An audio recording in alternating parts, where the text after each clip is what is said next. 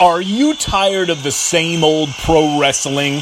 Then check out the amazing action on PowerSlam.tv, the biggest indie pro wrestling channel in the world.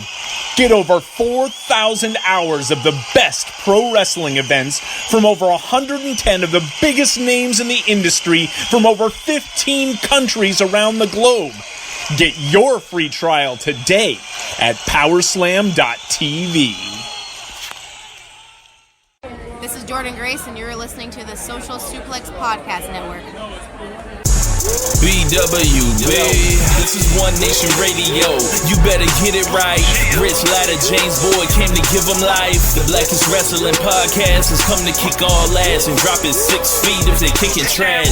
Word, let me welcome y'all to something different. And if you dig it, man, you should let some friends listen. We be getting it in, this on the regular, dude. Ravish and flow, but this shit rude. See, James don't rap, so I had to break it down. The whole network, man, we coming for the crown. Raps in the columns, I keep them both covered. Making the beats too, so the listeners can bump it. Hit us with the rating, yeah, I'm saying it's a 5. Before you hit it, talk, bob your head side to side. It's One Nation Radio, and this is the beginning. It's Rich, and I'm here with James. It's time to listen to One Nation. We got to unleash the power of the pyramid. This is Mike Sempervive from WrestlingObserver.com. Check me out on Wrestling Observer Live every day. And also check out your boys, Rich and James, on One Nation Radio. This is Kenny Omega. We're listening to One Nation Radio. Check it out, guys. These guys know what's up. Big Kenny Omega fans, and that's all that counts to me. Goodbye and good night. Bang. Ladies and gentlemen, welcome to this week's episode of One Nation Radio. I'm your host, James Boyd. Today, I'm doing the recording, I'm doing the production, I'm doing all that stuff. I think the only thing Rich gave this week was the show list. So, with that said, what's going on, Rich? When is it time for you to put in your half, Rich? Yeah, man. I'm here. So, I got like this whole moving thing going on over like the next month or so. And I don't know, my system had been acting up, and it is sounding a little better over here now. So hopefully I, will be hosting the show soon again. I'll be able to at least. But yeah, a lot happened this week in wrestling, and I am ready to get to it. So real quick, before we transition to the fake fighting, so you say you're moving, so you moving to the apartments with Parlay and them folk? Who? Parlay. You know Parlay. Yeah, you can say that. Parlay. Okay. Yeah, anyway. So what? Yeah, just total goofy episode. So, all right. So, week 2 of AEW Dynamite. Yes, sir. Where do you want to start, man? Do you want to start with Chris Jericho, or do you want to start with Private Party, or do you want to start with like what was like the indie version of like an Avengers movie at the end with all of the intricate stories put together in this clash of people fighting? What do you want to do? Where do you want to start? I guess we just start with an overall tone for week 2 and everything. Now, week 1, I was like, that's a solid as fuck show, right? And then this week, I was like, yes, this is a great fucking show. like I can come out here and stick my chest out about this week, like how much I enjoyed it and everything else. I felt like they did like a lot of solid things. As far as like getting a bunch of chess pieces moving, as well as just doing another well-received show that just achieved a little bit higher, I think, than last week, and hopefully they can keep it going because it's my favorite thing in wrestling right now. And I think you had like 3 big like major things on this show. Like you had that Private Party and Young Bucks match, which is one of the best TV matches of the year. You have Chris Jericho just completely melting the competition and making himself look like a fucking superstar. All in one. Oh, you also had Darby Allin, like his emergence, like continuing from Fyter Fest all the way to here. And that manifested at the very end after the main event. So as you mentioned, all these dudes running up with all these stories, and you can see them all in real time, all the programs kind of just being paired off. I thought it was very impressive. The show is so well booked. This company has been well booked for the most part. You know, for everything that has to do with Darby Allin, you know, and his, you know, trajectory. I was in our Facebook group, like thinking about, or our group chat, thinking about, like, you know, how the job they've done with Darby Allin has compared to someone like Shorty Gable, you know. So I was just like, man, and I'm really ready for, you know, Darby Allin versus Chris Jericho. Darby Allin is 22 years old.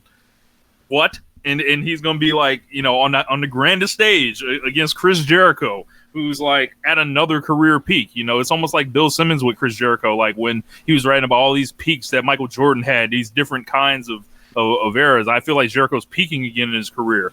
Yeah. So, what'd you think of the show, James? I feel like, I think I gave the show, the first episode of Dynamite, an A. Just a flat A. This would probably be an A+, right?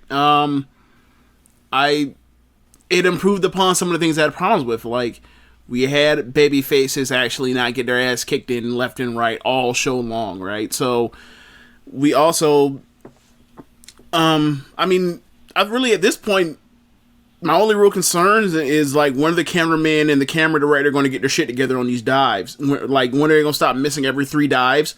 Mm-hmm. Outside of that, like, this show, and the thing when it comes to booking is booking doesn't have to be perfect and give me exactly what I want. What it has to do is be able to, for me anyway, I'm just talking for me, has to be able to show me a direction and a path, in things playing off of what happened previously to where I feel like my time's invested, and also when there are things that may not make sense or things that you can question, they explain it and tie it off in a nice bow. So when you get to the wins and losses talk and all that stuff, and then Neville shows up and says, how come I don't have a match? I beat two big bangers. What the fuck? Two heavy hitters. Two buff necks. You know? Yes, 2 buff necks. Wow. All right, so 2 heavy hitters is another euphemism for it. And Neville beating, not Neville, but Pac ended up beating Hangman, the Hangman, and also Kenny. And he shows up and says, like, why am I not in a position to have a title shot? What's going on? Like, I have as good a record as anyone else. I've only lost 1 time in all of wrestling in the last 2 years. Like, so that at least explains it away, where it's like he's a heel is kind of getting screwed by the commission or the powers that be or whatever, the matchmakers, if you want to say, or the EVPs, if you will. So that's all being, neatly taken care of to an extent. So for me, like, I love this show. Like, I think Jericho, like, blacked out. I think there are people that are saying that's the best promo of his career. I mean, that covers a lot of ground. I don't really I can't just, like, off the top of my head, like, think like everything that Chris Jericho's done, right? I mean, and easily say, like, yo, that was definitively it, but It was a career highlight. I'll say that. Okay, well, I mean, the only thing that really comes to mind, and keep in mind, like, you watched more Jericho than I did, but I mean, I think the Festival of Friendship thing is the only thing that I think that immediately comes to mind, right? So that would be up there. But I heard a lot of talk about the love for this promo, and the only promo I think in North America anyway that I think is on par is, like, Roman's comeback from cancer. You know what I'm saying? Like, I don't really know any other promos from this year that I can think of. I mean, I'm sure there are a few I'm forgetting, but just that comes to mind. That's the only one I can think of. That's the only one I would even think of that's better. So yeah, he killed it, and it's so funny that AEW, we talk about how much there's so much WCW vibes off of it, but, like, Jericho in the ring cutting that promo with Hager and Ortiz and Ortiz and Santana and shooting at the screen. Yes. And Guevara, like, it felt like an attitude. It felt like a Monday Night Raw promo. Like, that was like the corporation, and he was like Vince. If Vince could have, worked at a high level back then. Like it felt like I was flipping channels between Nitro and Raw watching that promo. It was awesome. So yeah, like I mean, we can go through it, but like I really enjoyed that show especially the first hour or first 40 minutes of the show. It was incredible. So show opened up, Private Party and the Young Bucks. They run the videos, and I think some of these videos are from the Road 2s, if I'm not mistaken. But they give you like the idea, like the Young Bucks had scoured the country looking for talent, for this promotion, and came across this team, Private Party, who they wrestled, at their last show in the Indies, and signed them essentially. And now these guys are here in a tournament against these dudes. And what happens is, this is a mirror match essentially. Like I saw their match at Hog, and I saw this one, and I would give this one the edge just slightly over that one. And I was like, this is Rich Latta Pro Wrestling Nirvana. And I had been very strong on the Young Bucks winning the tag team tournament just because, like, I think they have to be careful about not beating these dudes, like, and treating them like they're not special. And,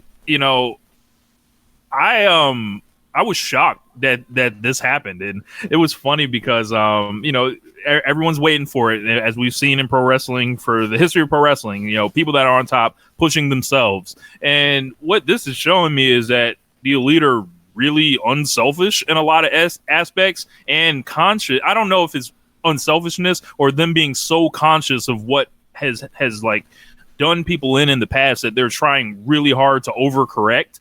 Time will tell if this was a mistake or not, but I mean, Private Party got made in the super stars in a night. I could say that. Yeah, this is some real 1, 2, 3 kid shit. Yeah. So for me, thinking about it, well, especially by the end of the show, I'm thinking like this is a triple, maybe not a home run as far as putting over Private Party, but it's a triple. It's like you get a team that people like already, and are already clearly talented. You got them, something.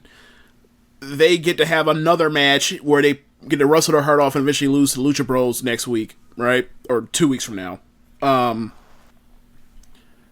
Then you also have the thing of like, look, it's all Elite, but that's just a name. We're not selfish bookers. We're not going to, turn this into some masturbatory thing to where we pat ourselves on the back for all our hard work on the indies for the years. Like, we're actually trying to make new people. And like, if you come here, this is almost like the Suge Knight Source of War shit. Like, if you don't want Triple A, if you don't want, Uncle Paul all in, taking all the credit for all your hard work, come to AEW. Like, this part of it is like, we can make you stars here.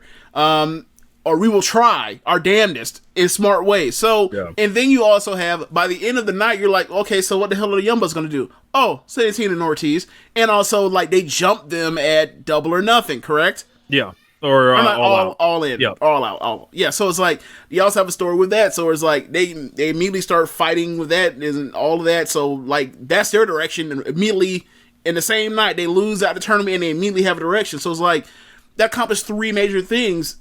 So, like, bravo, hats off to him. Like, that's part of, like, how smart all of that was at the end of the night.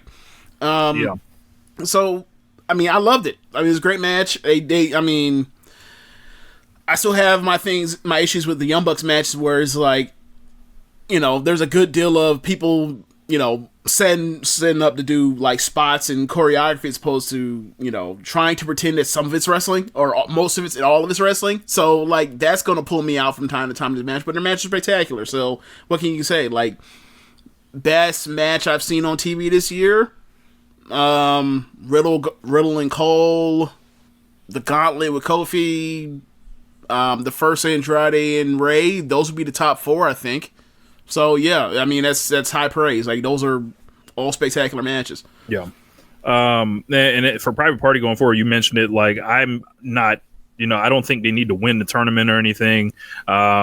They are clearly like they're the future, like, and the now, for that matter. And no matter when they're gonna come on now, like, they're always gonna have that credibility of, hey, we beat the Young Bucks in the tag team tournament, and that also, like, allows for future matches to happen where they're older, and then the Bucks are like, yo, we really can't hang with these dudes now. Like, by the time the Young Bucks start coming down off the mountain, or there's a ton of different ways they can go with it, but it was great to see the crowd really embrace Private Party all throughout the match, and just seeing how he just electrified the building. I was like, this is it. This is what we were waiting for.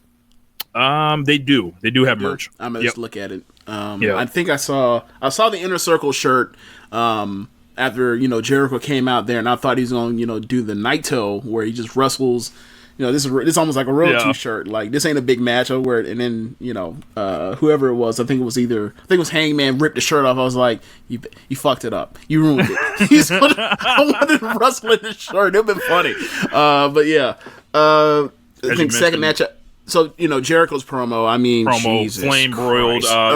He cuts off the We the People shit like immediately, like at its core. Like, I don't think We the People will ever be chanted in AEW again, just because like these fans like know what this means, and it's like the mentality behind this is what I've kind of learned. Like, if you allow these chants to continue and you don't address them, you look second rate. So Jericho supposedly knows that, and he came in prepared, ready. Essentially, he had his ammunition, and nothing is going to fire up an AEW audience more than shitting on how bad the WWE is. Like that. Yeah. I mean, there's no way around that. Like, he was what he did was good for Hager, and also, if you don't want that shit going on, you don't want to hear WWE chants, then yeah, that's how you work on rebranding. It's like if someone that came out the summer 2013 and said, "Hey man, fuck all you clowns out here doing the Husky Harris stuff," which was me, but still, like, if you said knock it off and it was somebody that respected it, people would have been like, yeah, they'll probably go with it. So then from there, I mean, he went down the list. He said that, Santana and Ortiz are killers, basically. Like, fighters. He says, and I like it. And he basically he said that Guevara is a Spanish god and a teenage heartthrob. Like, Jericho. Ridiculous. He said that, he called Cody a silver spoon twerp, and he said, I didn't like your dad, and then like he insulted his dad, but like his dad, but like in a way that you're like, it's not fake, but at the same time it will still get heat. He's like, I think it was a jerk. It was so like, if you were thinking like, all right, how can I say something bad about Dusty fucking Rhodes without like having people like hate my guts until the end of my days? You're like, I think it's a jerk. Like, okay. All right, like, how Jericho does, like, the stupid idiot thing is, like, yes. You can't take stupid idiot, like, to heart. Like, yeah, bro, like, like, imagine, well, it's a little different, but, like, imagine, you can go and insult back and forth with another adult or whatever else. He called him a stupid idiot. You almost be pulled on and be like, wait, what? It's the same thing with jerk. It's like, okay, that's not going to hurt no one's feelings, but it was funny. So, I thought it was great. And, the Inner Circle was born. Oh, yeah, and then he went into Darby Allin. Or no, did he get to Darby? No, Darby Allin was the promo after he got his buddy skateboarding in on his ass. So, yeah. I mean, any other thoughts on the Jericho, or you want to move on? Yeah, we can move on. So after that, they had the match. I believe it was, or they did some like crowd interviews, and they showed Orange Cassidy, who the people lost their mind for. Yeah, whatever. Bro, this dude is so over. Yes, he's over. I just didn't like the video package they did thing right before with them like walking and then hugging each other, and it was like, okay, like that's why would you show us your gimmick in cinematic form when we know that's your gimmick already? All right. It's a. Okay. I'm not really like huge on the Best Friends myself. I like Beretta. Chucky they're cool, but it's like, I guess that's the thing with them. Yeah. So just as long as Chucky's the one eating the pins, I'm cool. So then from there, I think did we go to the Darby Allin match after this? I think it was the Darby Allin match. Yeah. Yeah. So, we're out of order. Hold on. It was the Darby Allin match, then that best friend shit, then Spears and Moxley. But we'll start with the Darby Allin match. Okay. I thought wait. Did we just skip the women's match? No, the women's match, I believe, was at the top of the 9 o'clock hour. Okay, so that means it went after. That means it was the third match. Okay. Either way. So Darby Allin and Jimmy Havoc, it was cool. They didn't have to do a death match, which is nice, so they can save the Cracker Barrel Clash for the pay-per-views and everything else. I thought it was just an okay match, but it puts Darby Allin in that position, gets the number one contender, as you mentioned. Pat was on commentary, talking about this bullshit. Why am I not getting the shot? And obviously, the reason out of kayfabe is obviously the world champion's a heel. You can't wrestle him yet. Sorry for the technical difficulties, Rich. You were saying that you had a theory on what's going on with Neville. Yeah, so with Pac, he's out on commentary, as I was mentioning, and he's saying, obviously, he's undefeated. Why isn't he getting a shot? And I think people have warped themselves into this thing with the wins and losses. Obviously, the non-kayfabe reason is the world champion's a heel. You can't fight a heel and that's also a big match that you might want to do at a pay-per-view. So obviously they're not going to do it on TV right now. And I think, the win-loss records is kind of what I have, thought, it's not this rigid thing that's going to be adhered to, the numbers say, this person is whatever. Cause I kind of looked at it like it's a college football thing or it's a UFC thing. You can have your record be what it is, but the matchmakers are still going to make the matches essentially. So that's kind of like the thing that I got from it. And I think that pacifies people, and if it doesn't, fuck them. I don't think you can get a better explanation than that. No, but it makes sense. It's common sense. It's obviously once we get down the road 2, 3, 4, 5 years with this, hopefully, people are going to have records that aren't going to be, are going to have, so there are going to be certain people with records that aren't going to, and it's going to be about all right, well, this person won beat person X, Y, Z in the last month or two. This person deserves a shot, as opposed to, well, shit, Cody's won 80% of his matches, or whoever else. It was, let's say it's a new coming person is into the fold. It's yeah, that's how you get people involved. You have them come in and they beat people of a certain level, and then that's how it means that there should be set up to potentially go after whatever the pursuit they want. So yeah, that makes perfect sense to me. That's how sports work. You know what I mean? Yeah. So yeah. So that we get the tag match, the women's tag match between Amy Sakura and Bea Priestley versus Britt Baker and Riho. Match is fine. It was okay. Yeah. James, did you know Britt Baker was a dentist? Why are people so upset about it now? Is it just because it's that obvious? I think it's just because that's the thing everyone was told in May, and they've just told us nothing else. It does nothing sense. Okay, so here's a legitimate criticism for the women's division. All they do is have matches. Yeah. And it seems like they get one match, or they're doing 5 matches and then they get one. Yeah, and that's fine because the matches get time. It's not they're going 3 minutes some other promotions around the world. But they use their women as an ancillary division. But yeah, they the thing that's so weird about it is right now it feels like there's only 4 women that are full-time wrestlers. Are on the roster. We haven't seen the rest of, you had the women's battle royal, and they had Nicole Savoy and Mercedes Martinez, and and a few other people, right? Jazz. I'm not saying expect Jazz to be a full-time wrestler, but where are the rest of where's the division of 12 women? Obviously we know that Asia Kong is doing some type of players coach type thing.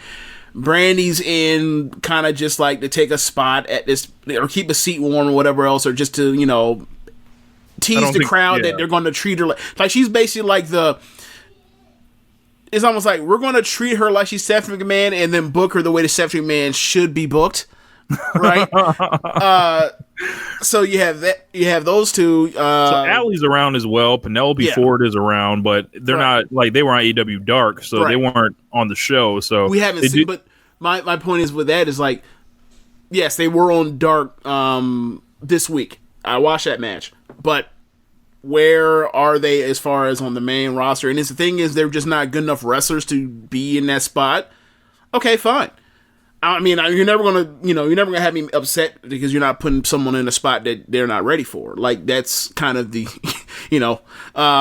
so that's cool. That's fine if that's the case. But like, you would think that like as many women as there are around the world, like you can import. I mean, hell, your champions in theory is a quote unquote import. Like we haven't seen Hikaru Shida since she lost to at All Out, right?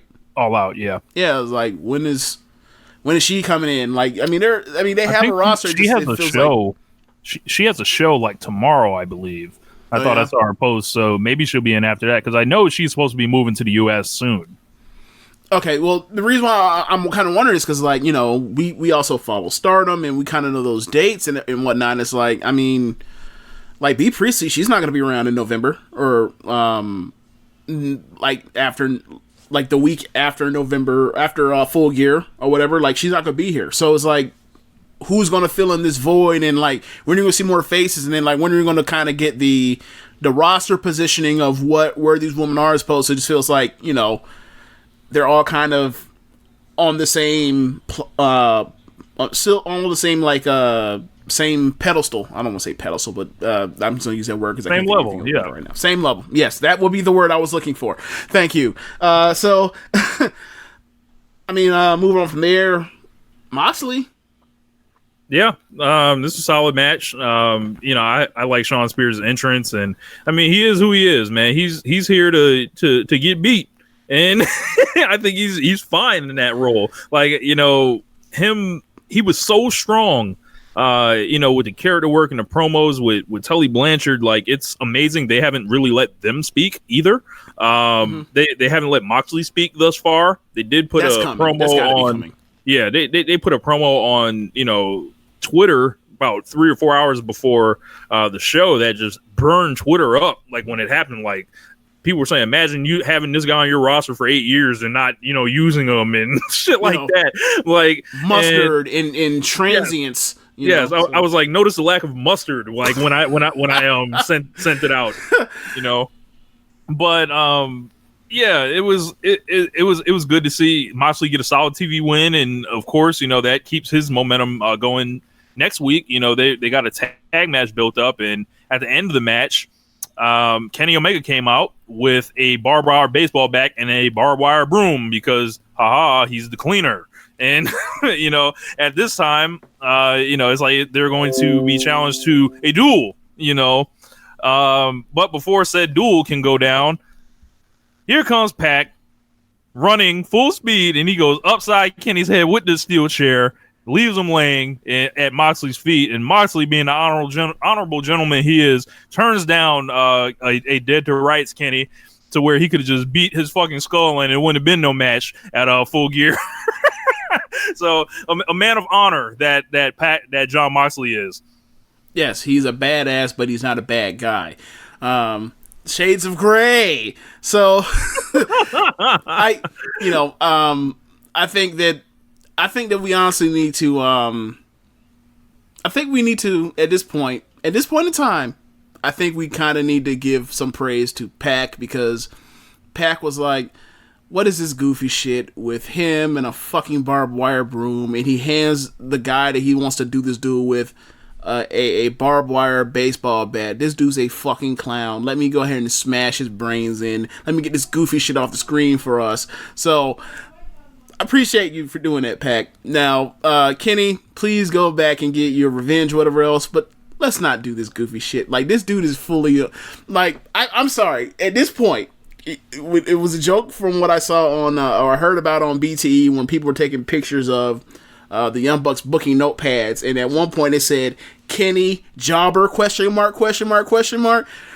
If he was in WWE and he was out here doing the shit like this, and he got his ass whooped like that, we would be like, wow, they've already pulled the plug on Kenny Omega in WWE.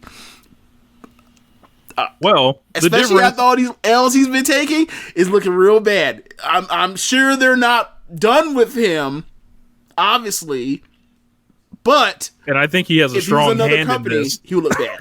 Sorry, he has a hand in being booked like this. Yes, one would think. Yes. So, because it was like, and he was one of the people I was concerned with. Like, all right, my mentality going into Double or Nothing was like, Kenny can lose all he wants. Like, essentially, like, Jericho should win. Jericho, do whatever you got to do to start establishing the company. But they are walking a fine line. So I trust them to figure it out. They figure most things out. But, they might want to start making Kenny look strong. It would be nice. They do have a tag match next week.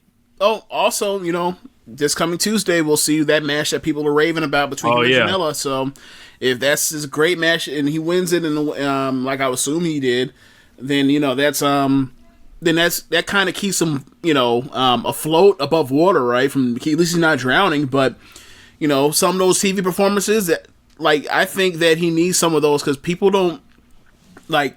People know who Kenny Omega is because the name is, if you watch wrestling, like, that's a thing. But, like, not everybody has seen him. This is one of those people that's, like, you heard about. Like, so when he's, you had to see my match. You had the Pac match, but people are going to need to see more, especially now they're on TV, to kind of get a real idea of what this guy can really do. And I don't mean necessarily go out there and try to have a 5-star match on TV, but, like, him winning great matches, like, that can hold him afloat even if he loses to some of the other name guys right now for the time being. Because I think he probably should lose at Full Gear too. I think the next show after that, he needs to not lose for a while. But, like, but I think Moxley needs a big win to as his first big match or first pay-per-view match or whatever. So yeah. And I think with Kenny, I think they're committing to something, whatever it is right now. So him getting that win over Moxley would probably be a step in the wrong direction for what they're trying to do. But if anybody can get over and defeat, it's Kenny Omega. So I trust him. Yeah. So like his first breakthrough match, like he lost and was like, oh yeah, this is the greatest match I've ever seen. Oh yeah, he lost. So then from there we had the main event. Jericho and who was also in the match with Jericho? Sammy, the Spanish God Rivera. That's right. Jericho and the guy he wants to fuck versus Page Man and Dustin Rhodes. So yeah, man. Just hilarious. Yeah, the match was fine, but like it evolved into complete chaos. It was all of the. At least it was a clean finish, and at least they when they did the cheating, like. They were able to do it when the ref was distracted this time, as opposed to just like, oh, you're going to do it right in front of the ref's face. We don't even give a fuck. So, they're having a good match, and then all of a sudden, like, I think it was hacker interference led to Jericho ends up getting the another win via the most fear-moving wrestling, the move of the year in professional wrestling. I'm shocked, James, that they don't have to censor this move. The Judas effect for its graphic nature on TNT. Speaking of graphic, Adrian Peterson had 118 yards tonight or today. Holy shit, he's still in the league? Oh yeah, that's right. He has to still be in the league. Kind of. Yes. Kind of. Yeah. Yeah, but yeah, as you mentioned, like the match was the match. Like it was a like 3.5, 3.25 star match, whatever. That was TV. There. Yeah, perfectly fine to main event to set up one of the hottest angles of the year. Like when you got MJF coming out there, you got Cody apparently is able to teleport now. So he has absorbed some special power. Maybe it's the thing is like, well, he is the EVP or one of the many EVPs, so he has control to the power switch. You like turn them shits off, and turn them back on in 30 seconds. One thing that AEW also needs to work on is like, I feel like their lights out time is longer than like, let's say WWE's, whereas like lights are out and it's like, okay, motherfucker, this is taking longer than 10 seconds. It feels like this is like 20 seconds. Like, get to it. Let's go. So, aside from that, like, I'm just glad it wasn't the Dark Order. Oh, Jesus Christ. Yeah, I'd much rather have, yes. Oh, yeah, they wrestle this coming Wednesday, don't they? I don't think so. Oh, yeah, they have a bye. Never mind. That's not till 2 weeks from now. 2 weeks away. Great. Ain't slowing up nothing. Ain't slowing no momentum. Oh, my God. That's not a word. I know. All right, so, bro, when this motherfucker Darby Allin came out there on that skateboard looking like the Night Man, like the Night Man, a man of the night, like not necessarily the Night Man from The Office, but the fucking this man looked like a fucking demon coming to get Chris Jericho out of the underworld on a skateboard, diving at him, and bro, I was like, that was a goosebump moment for me. Oh yeah. Okay. So the thing for me was just like all the shenanigans was going on. Like you had Paige at some point because so much stuff happened in this thing that like, it's hard to recap all of it in the same order because I can't remember the order that all happened in. But like there's a point where like Hager and Paige, they brawled to the back like two fucking giants in a fucking battle royal. like they brawled double to the count back. out. Yes, they brought to the bag. Young Bucks come out. MJF is like, they're like, oh, you want to join the Inner Circle? It's like, nah, I'll save that for like a few weeks from now or whatever. Save that for, a few weeks or months from now, but it's coming. So that happened, and it's just like, then you think all the chaos is happening is like Jericho just got out of here with the belt and just out the back door while all the shenanigans going on. And sure enough, coming down. This man did a Ali like him. just came, just so jumped fucking off. great. I never thought that I would see a wrestling program like we did all the talk about how Darby Allin should, now that Raw has that half pipe set. Like, he should be on Raw right now, but he comes down the ramp and he ollies out the thing and launches himself. Yes. Jericho took him down, took him out. I fucking loved it. And then he throws the lamest punches into that man's chest from the mount. Yes. Like, there's no... Look, I imagine that if Marco Stunt was in the mount on somebody in a match after a Fez press or whatever you want to call it, a skateboard Fez press, that he would have threw more convincing punches than Darby Allin. But he threw them and whatever. Like Jericho sold them, and then they went. And I forgot what happened right after that. I think he got in the ring with Cody, whatever else. Yeah, and then they went dark, and Jericho's like, "You son of a bitch," and because Jericho is just like the best. And they went dark, and I'm like, "This is a great show." Like there was this. They did so many things well. They made you want to say, like, for me personally, my feeling was like, I can't wait to see what they do next week. Which is like, that is the point of episodic television, is to make you say, like, they paid off what I saw last week, and this was also, I want to see what they do next week. Now, do I think they're going to do all this, like, hot, shoddy type shit? No, because they don't have to. This was the show. Like, they don't have to do some type of,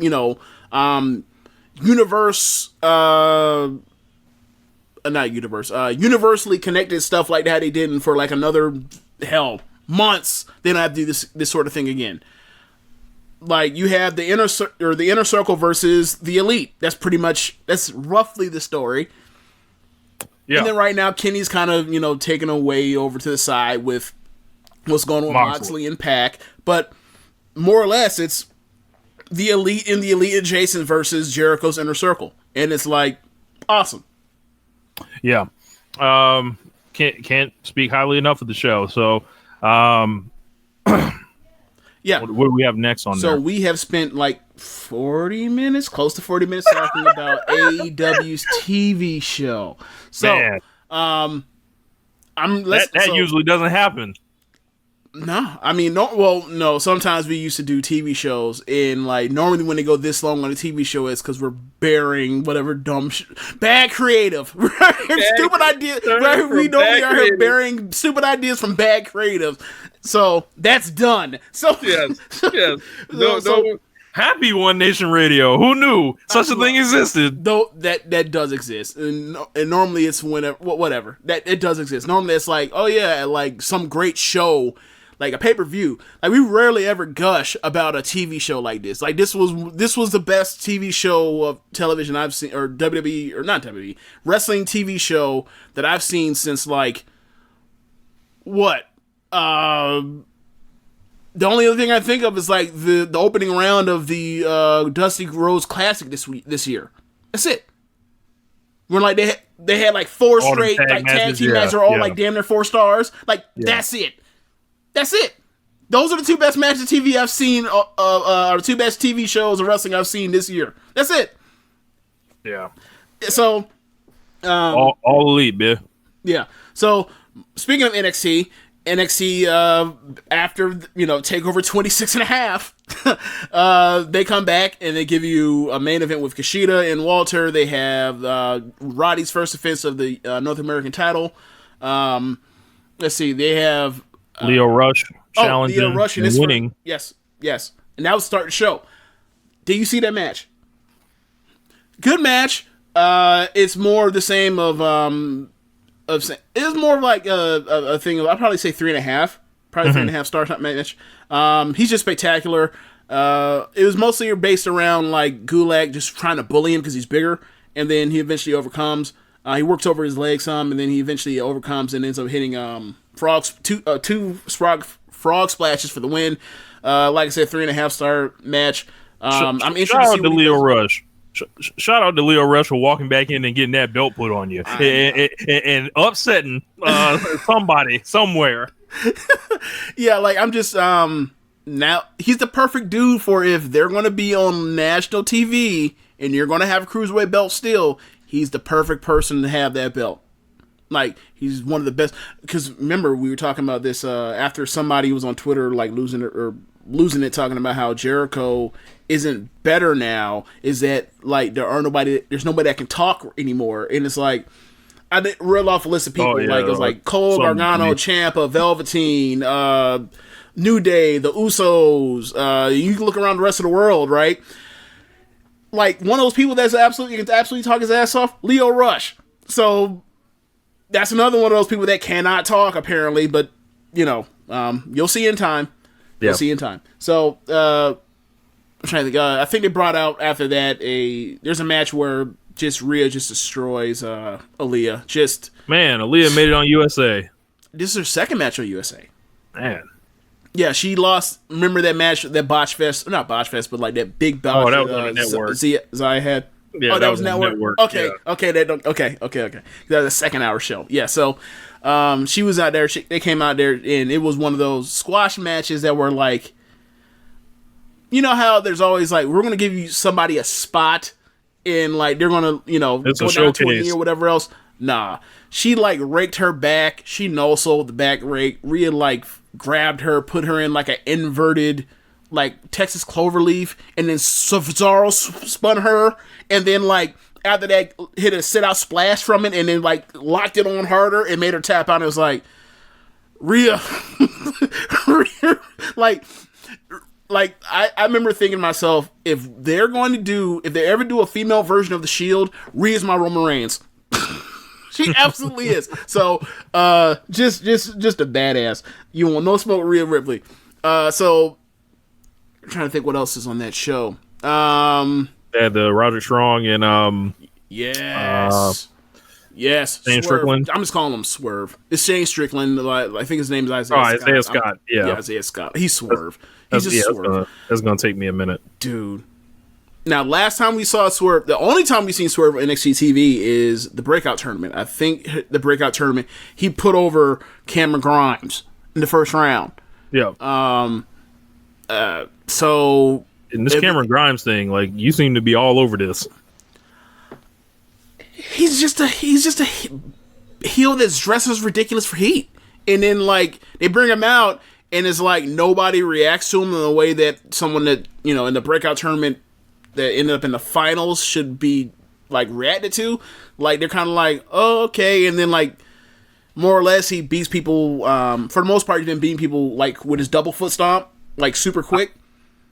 And I actually that NXT Largo show I went to a couple weeks ago, it was Cameron Grimes versus Swerve, and they had a really good match, way better than the main event match that I told you about. Okay, yeah.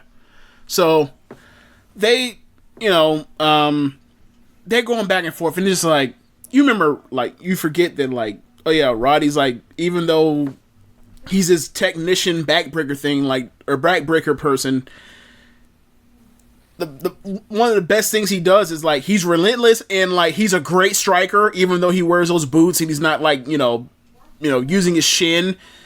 He's a great striker. So he's in there with Swerve, and Swerve, Swerve he has different modes. Like, he has all of that, like, unique, almost like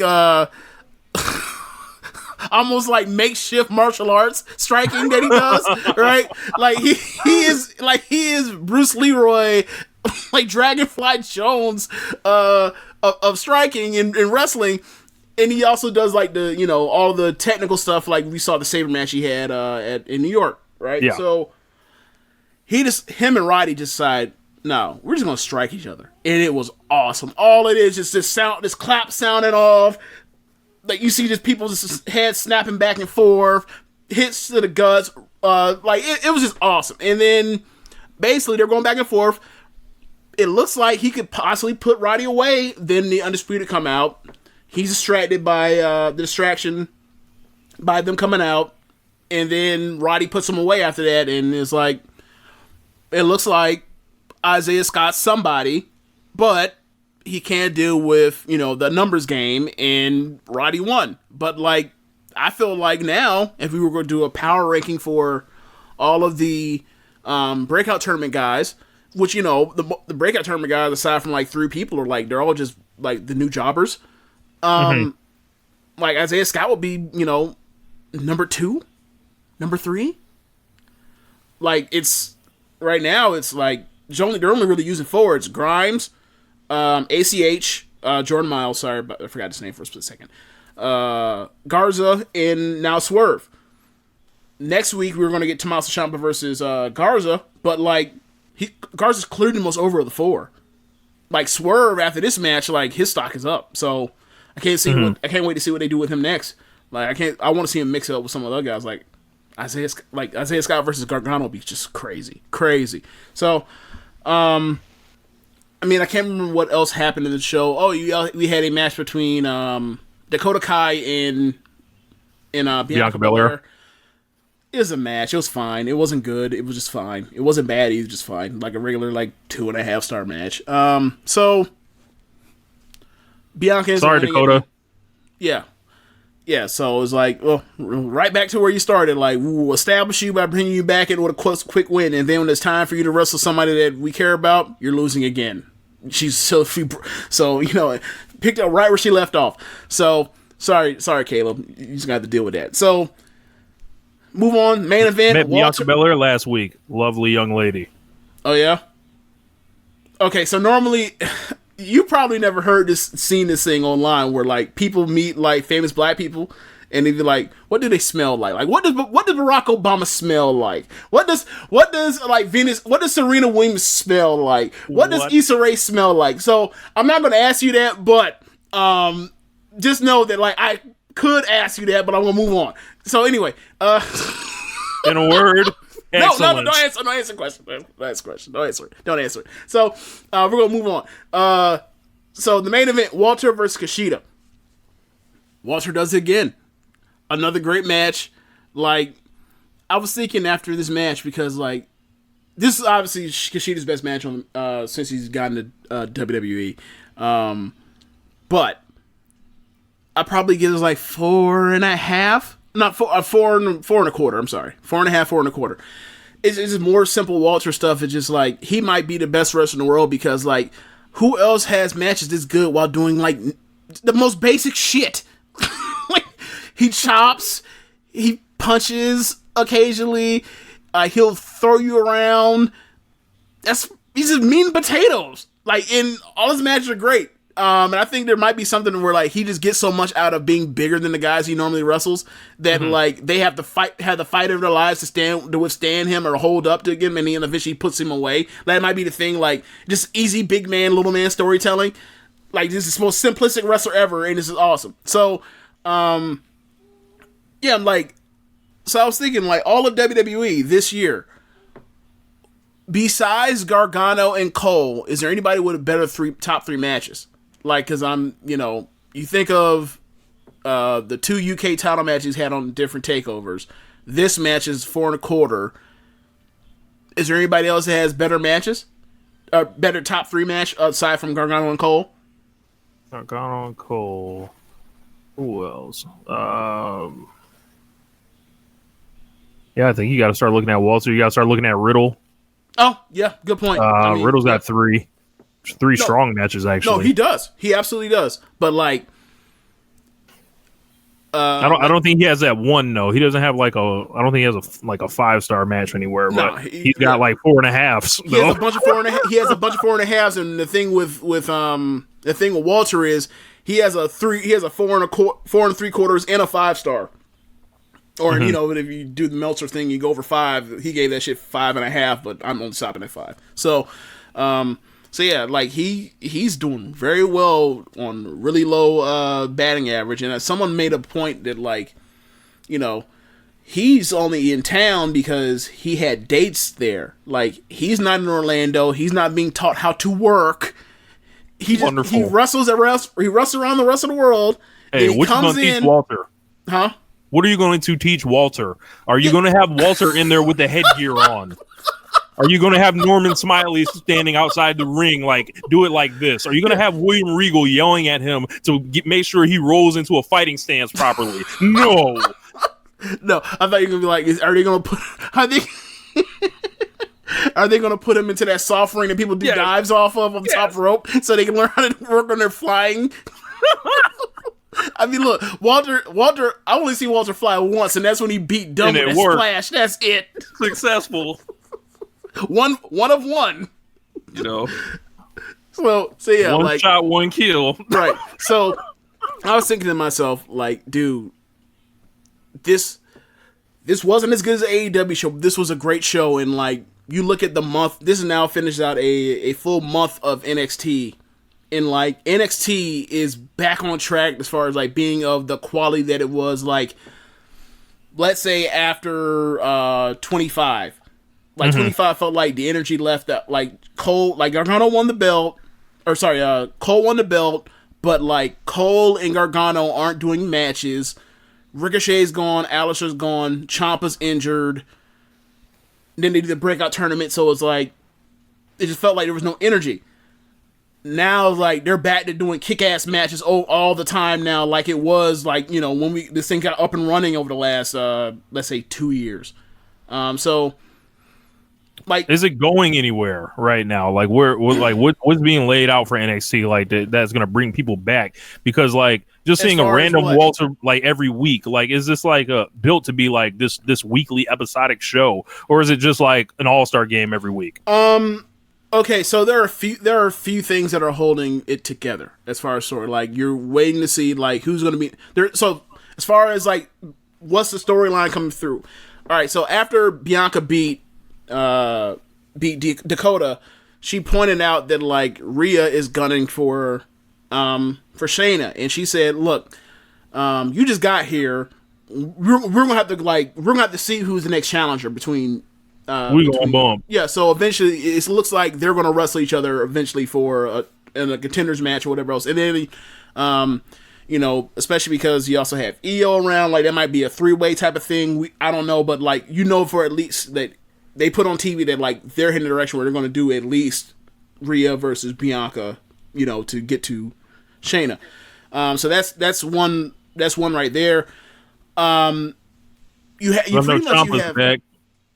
Yeah, you have next week, I think, or in 2 weeks, one of the two. Velveteen is getting a rematch for his North American title against Roddy, and then after Roddy won his match against Swerve, he showed up, and then they had Roddy taking a picture with, like, the Shawn Michaels naked I think it's a Playgirl picture with, like, the belt around his waist.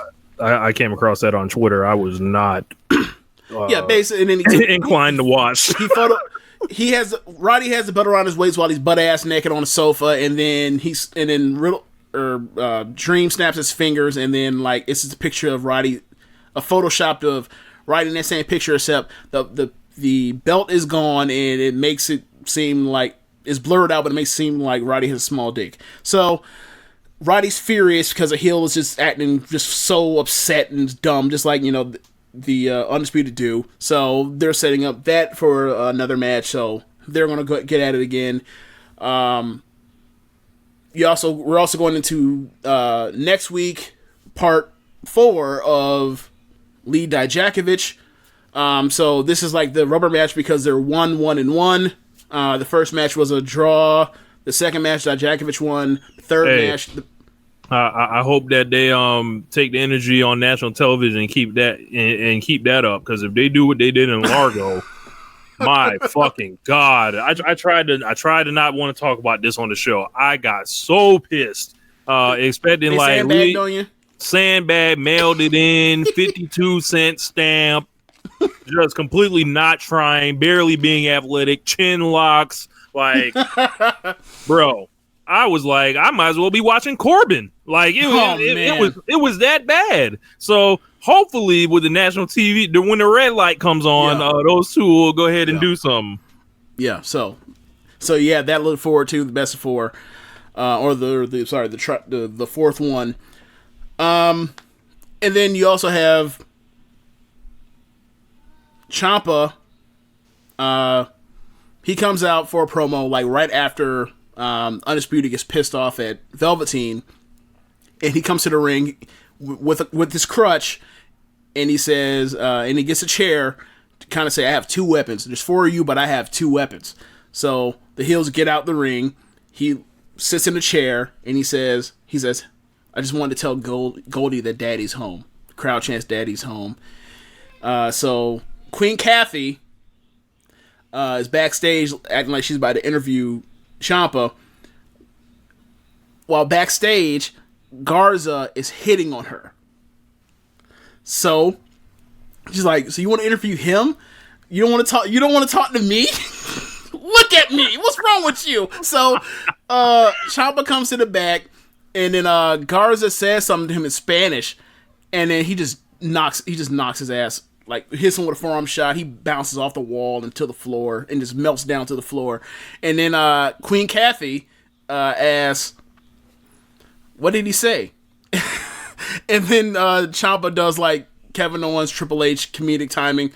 I don't know. And then walks off. So they're having a match next week too. So like that's their TV. They've been doing like, they're doing week to week stuff right now. And like clearly like in the next week or 2, they'll be building towards whatever takeover-ish thing they're going to do next. Mm-hmm. So like that's kind of how they're doing. Like they're kind of doing week-to-week TV to build, and then eventually like when they get like a couple weeks out, and that's when they'll actually like put the programs in place. So but the rest have been good and everything's made sense. So like, you know, it was a really good show. So I'm really happy with Wednesday. So now that we're 2 weeks in, can we officially say that like the Wednesday Night Wars is kicking the Monday Night Wars ass? Yes. On a night-to-night basis or show-to-show basis? Yeah, I would think so, because you ain't got to worry about the oddities coming out there. You don't have to worry about the you don't have to headbangers. The headbangers, my God. You don't have to worry about Val Venus and Choppy the PP and the Godfather and several other, ridiculous offensive shit like LWO and Lawnmowers and shit. Or was that after? Or was Lawnmowers after? That was later. That was later on. But okay. Yeah. Now, as far as like, there ain't no Rock, ain't no Austin out here, but it really doesn't need to be. Like, I mean, if the idea is we need gigantic stars, or we need to build gigantic stars to be able to draw in people to want to see the rest of our shows, I don't think that's going to happen, and that's unfortunate. But if you like professional wrestling and you like storylines that make sense or are entertaining and are cohesive and build off of previous week's work, this is where it's at. This is like, there have never been, to my knowledge, someone has got to tell me, and I'm not as Brian and Vinny, right? There has never been 4 episodes of between these two NXTs and these two AEWs put together that tie together and make sense and are that much good wrestling as like any 2 weeks of Nitro in Raw put together. Never. So if this is where they're going at, then people are gonna be like, there is no Rock, there is no Austin, there is no Goldberg, there is no Sting, Hogan. That's fine. Flair. That's fair. That's absolutely fair. The show's better. Period. Yeah. So I guess it's a good time to go into the ratings. I know I have it in a different order. So SmackDown, where do we want to start? I guess we can start with AEW and NXT. Sure. So AEW and NXT, I want to say AEW was 1.1 down from their 1.4 from the premiere. SmackDown, I believe, was 795, if I'm not mistaken, which was, they were down like 55,000 or something from whatever their number was the week before. Yeah. That doesn't shock me because wrestling numbers tend to like erode week by week if you look at it. And also, AW was being a premiere week. That's kind of to be expected. I still think, I don't know. Like it's weird because they're showing like Joe Lanza did a good job, like kind of figuring this out, like what as far as like who's actually watching NXT, and it's like it's the same demographics that are watching Raw and SmackDown, but just in smaller numbers. Right, it's not actually like they like you would think it's a youth oriented show, but not it's really. Not. Yeah. So that's surprising. But hey, 2-0 AEW. I think the thing that we never take into account when it came to an NXT thing was that who are the people that have the network? The people that watch Raw and SmackDown. What do the people that watch Raw and SmackDown look like? They're people in their 50s. So, like, if it's behind a paywall, are you going to pay to watch some wrestling? Are you going to pay to watch the developmental or third brand of some shit you're not even watching to begin with? So, it's going to... I think it's still going to take time for... it's going to take time for them to find, young viewers or whatever else, if that's in fact what they're going for, or obviously target or key demo or whatever you would assume is what they're going for. But with AEW right now, I think that's where their people are, right? Yeah, I think that's locked up. Like at this point, like they're like doubling and even tripling them in some cases. Right, but I mean, ultimately. It can always change. Yeah, things change over time, and I think the main thing is like people talk about like the ratings dropped off. It's like, well, no shit. So for me, it's like we need to find out like we need to find out whatever their baseline is, whenever they reach, and whether that's in 2 more weeks, 3 more weeks, 4 more weeks, 5, 6, whatever. But, I think NXT is getting there, but so is AEW. Like SmackDown too is like. They're not going to be doing 3.8 million viewers. Like they're going to be doing below. They're going to be doing like it's going to be like 2 Raws. I think it'll do better than Raw. Because there were weeks where SmackDown was beating Raw. Remember that? Remember we talked about it like over the last 3 or since 2016. There's been like 4 or 5 times where SmackDown's beating Raw. So it's like. SmackDown on Raw or SmackDown on Fox is going to consistently do better than Raw, but like I get what you're saying by that. Yeah, but I think it'll do. I don't know. Like this bump that I think everyone thought was coming with the network TV, I don't think it's going to be there. What bump? What bump? Do you think like, there's going to be a boom period? Nah, definitely. Yeah, that's not coming here. Yeah, like right. But that's like those are the crazies. Like me and you, we never thought that shit. And like most people we talked to, like we didn't think there's going to be a boom period. Like, they're going to be doing 5 million viewers. Like no, the fuck they're not. Like network TV's not like it's wrestling. They thought they were going to do like 5 million subscribers in the network. They only did 1.5. Right. It is actually, and it's been stuck at 1.5 for years. It's not going to grow. So like that was the lesson there, right? But as far as the viewers, like we'll figure it out. Like it's going to settle at somewhere. But like the main thing is like, are the numbers going to be sustainable to where like AEW is going to be around for years for weeks, months, and years to come? So will SmackDown sell in a spot to where it won't get canceled or move the FS1? Will NXT be successful enough to where like it doesn't get taken off the US network? Right now, I mean, it's early, obviously, but these numbers that we saw, even with the drops, like, I'm not concerned about any of these 3 shows.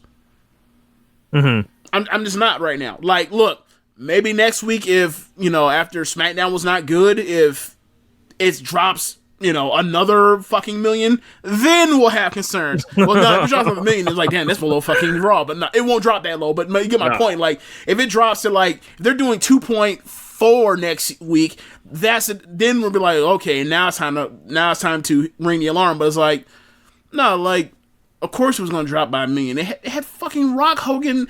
Think all the people they advertised. Like, they advertised a bunch of people, and then this week was a draft show. So even there, that's kind of a bump in itself. So is it? You would think it's a special episode. Why? You know what's going to happen. You're going to come out and say names. Yeah. They literally gave us the list, Rich. We'll get to that in a minute, but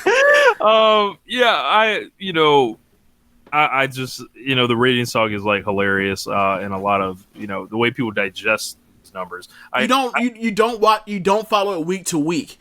You don't follow week to week unless there's some gigantic number that makes it like, wow, they did an all-time low. Wow, they did an all-time high. Outside of that, like, you look for the trend, and like ultimately, like, my only concern with ratings is I don't want none of this shit, like, the stuff that I care about, I don't want it being, kicked canceled off air. Like, I don't want that to be canceled. I don't want Raw, SmackDown canceled and put on FS1, right? Like, I don't want NXT, like, back on the network necessarily. Like, I don't want AEW to have to close up shop. Like, so, as far as, I only care about the rating as far as, like, is it in the road? Like, do you keep the car in the road? Okay, thank you, Junior. Thank you for not crashing the car yet. That's all I care about with the ratings for the most part.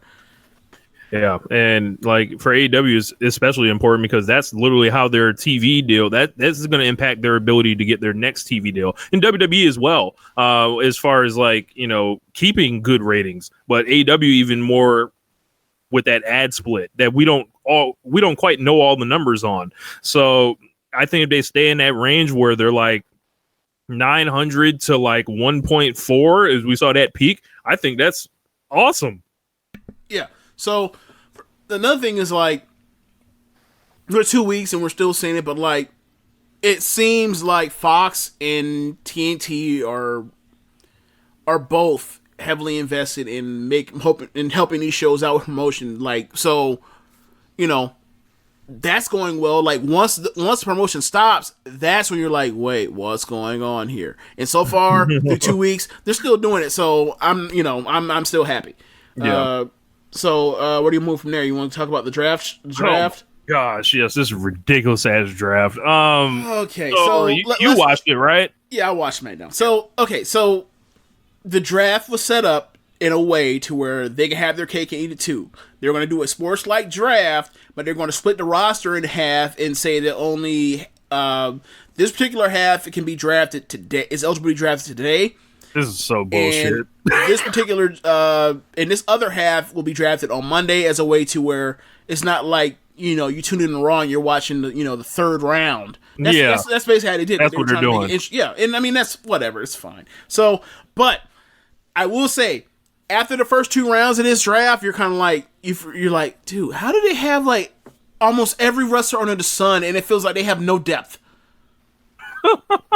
So because like the last time they tried to draft was literally months ago, James, and it failed within like 2 weeks. They were already like moving people back and forth. So how on earth is this going to be sustainable this time? Right, and that's what we've been talking. That's what people have been saying before. But it's like it's more crystallizing this way because before it was like they were shuffling talent. Like that was a shakeup. They were shuffling talent. They were actually like saying like, "Come on down, come on down and put on the SmackDown hat or come on and put on the Raw hat." They didn't do that, but they are at a point like. Before it was like, I guess so and so is on this show now. Like Finn Balor, he's on SmackDown now, and then it's like, okay, all right, but first pick or okay, I have all the picks right here. Okay, I'm glad you do because I don't remember like the first round, but they start the show by telling you that we're going to put the Universal Champion, Seth Rollins, in a match versus the big dog, Roman Reigns, and they're going to have a match to determine who gets the first pick in the draft, and that doesn't guarantee that either one of them will be like they win the match and they're going to be picked by their brand that they're fighting for. So it's kind of like, what the fuck? Like, what? Yeah, lay down on the mat. Why are you? Why for pride? Pride. Push. What would they have done if it was a double count out? This man, huh? What would they have done if it was a double count out? Restarting the match. They should have done that just to piss people off and restart the match. But yeah. But the thing is, the part about the match is they had a good match. They had like a 3 1/4 match. The thing is, it was the fuck finishing on the way, and then like it felt like the match was going to go like another 5 minutes. But match starts out, and they're basically exchanging nifty stuff, and then eventually they're countering each other and dodging each other's moves or whatever else. So then, out of nowhere, these two baby faces, mind you. Then it gets in a typical WWE. We have to tell a story. We can't just have two good guys wrestle each other. We have to have it to where like there's animosity, there's heat. So, what do you think happened, Rich? What was the reaction to these two gentlemen when they came out? I didn't have headphones on, so I couldn't give you accurate representation. But it seemed like Roman was more cheered. Like, yeah, I felt like I heard. How like, let's turn? Wow. So, but anyway, after they crush each other up for a little bit, for a few minutes, they get in the ring and then they like, "What's your problem? Don't push. What's your problem? Don't push me. What's your problem? Don't push me. Don't push me. Don't push me." Punch, and then they finally start wrestling as opposed to cross each other up, and then they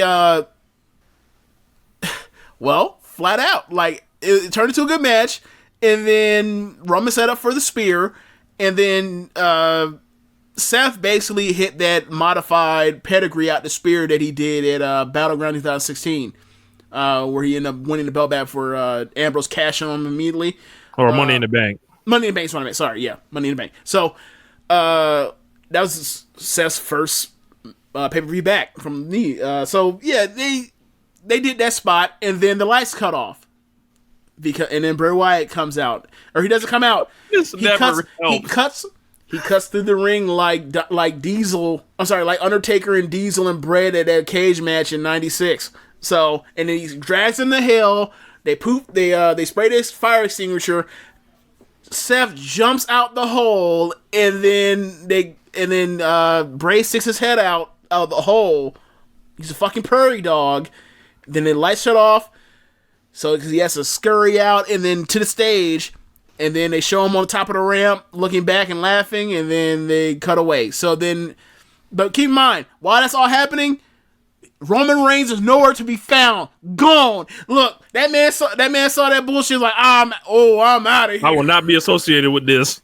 It's like when niggas are scared. It's like, oh no, I'm gone, bro. I ain't asking no questions. I don't ask no questions. I just run. So he's gone. So, I think we come back and they tell us that Stephanie tells us like, or Cole's on the announce team is like on announcing. He says, yeah, that was a DQ. So like. Rocky's first pick, and then it followed in line and so it turned into just like what it was with the 2016 draft, where it's like, we're gonna do rounds. Raw gets 3 picks, SmackDown gets 2 because 3-hour show, and then so the first, third, and fifth pick are Raw, second and fourth pick are SmackDown, and that repeats every single round. So then with first pick, Becky is stuck. So did Raw blow the draft on purpose? I'm just like looking at this like. Yeah. Did they literally just like tank the draft? Yeah, isn't there their third pick Bobby Lashley, or is that McIntyre? McIntyre. All right, what pick did they have? Their third pick. So they had the 1, the 3, and the 5. They had the 1, 3, 5, and their second. And I think their third pick, the third overall pick, their second pick was the Club. So that makes sense, but actually it doesn't, because like. Why the fuck didn't you draft Seth Rollins? Oh yeah, he wasn't eligible. He was not eligible. He's in the Monday group, but it's like this is so confusing. What pool is Cain Velasquez in, James? What? Also, the New Day. Are they in the other pool too? They're in the other pool. Okay, they're in the other pool. But either way, it's like okay. So Kevin Owens on the board. Kevin Owens goes in like the 4th or 5th round in his draft. The 3rd round. Oh, the 3rd round. Yes, to Raw. He goes in the 3rd round, but that means he's picked in front of, like, people that picked in front of him is like Bobby Lashley and McIntyre. And like, huh? On what planet? All right, so whatever. Like, Strowman, like they just don't draft Strowman. Like they draft Randy Orton instead of Strowman. That's right. So I'll go through it right here. So round 1, pick 1's Becky Lynch. Yeah. I saw that and immediately just rolled my eyes, but whatever. Why you roll your eyes? She's the biggest star in the company right now. I guess. She is. I don't know. It's either her or Roman. Yeah, I would probably say it's Roman, but look, you know that Roman's going to be on SmackDown. What? Yeah. Like, obviously, let's do this. It's a kayfabe list. So it's a kayfabe list. You know the big dog is going to be on the A show. Are Charlotte and Bayley in the other pool? Yes. See, this whole shit's got me fucked up. So you got Becky number 1, Roman Reigns to SmackDown number 2, 3, AJ Styles, Luke Gallows, and Carl Anderson, the OC, to Raw. 4, they get the Murder Clown, Bray Wyatt. 5, Drew McIntyre. So you know what that means? Oh yeah, I know exactly what that means. Roman again. I know exactly what that means. Whoever wanted to see that shit again after 2015? Boy. Number 6, Randy Orton. This is ridiculous. Randy Orton should not be going this high, but it's Randy Orton. He's a 14-time champion, so whatever. Get him the fuck out of here. Look, but you know, that's how you know the Raw's the B show. Like Randy Orton, like since 2016, has been like, I don't want the pressure. I don't want that pressure. But it's like I don't want to be on the A show. I'm gonna go see the show that like y'all don't care about, so I can just do whatever the fuck I want. I can do as little as I want while I'm cashing these checks. So. Moving to Raw. Also, saying nigga on the streams. Yeah, we heard you, Orton. Number 7, Sasha Banks to SmackDown. So that Sasha Banks, Becky Lynch thing looks like it's set to conclude tomorrow. Ricochet, number 8 to Raw. 9, Braun Strowman to SmackDown. So you know what that means. We'll have somebody for Roman Reigns to go over before he beats Brock Lesnar for the title at WrestleMania 36. Oh, you know what it also means? Like, you could potentially get some shit that you never want to see. Braun Strowman versus Bray Wyatt at WrestleMania. God damn it. Oh. He's finally gonna get his singles match at WrestleMania. That horrible. Please don't do that. I beg of you. Please stay away from it. Don't do it. Don't. Do not. Number 10, Bobby, I just fucked your wife, Lashley. Then round 3, Alexa Bliss to Raw. This is the best one. This is the best. Like, what the hell they doing is Raw doing with their picks? Like USA Network is you've made USA Network look like fucking dummies. So yes, yeah. Go through. They took Alexa Bliss. Number 12, Lacey Evans to SmackDown. Who on earth would draft Lacey Evans to that high? Never mind. I don't know. Like maybe I don't know. Kevin Owens is right there, Chief. Oh, yeah. Like I don't. Good point. Very, very good point. Then number 13, Raw runs to the podium and drafts Kevin Owens. Is the Miz in the other pool? Yes. And you know what that means. Like, actually, this is gonna be the first time that, like, I would assume that Miz is gonna still be on Raw because of the synergy of him being on. We'll having see. Miz and Mrs. and also being on the Raw. So it's like, okay. Many things that are expected to make sense often don't in this company. Right. So. I agree. But if Miz is up on SmackDown, then you already know what's going to happen. With Kevin Owens on one show and Miz on the other one, you already know that the show that Miz is on is going to be the better show because we have gone through 4 years of this now, and every fucking time Miz is on one show, Owens is on the other. Owens is light years beyond Miz as a performer, as a wrestling act, but for some strange reason, Miz is always on the better show. I don't know how to explain it. Raw is 3 hours, Miz goes to Raw. Raw's a better show. Raw, he comes back to SmackDown. It makes no sense whatsoever.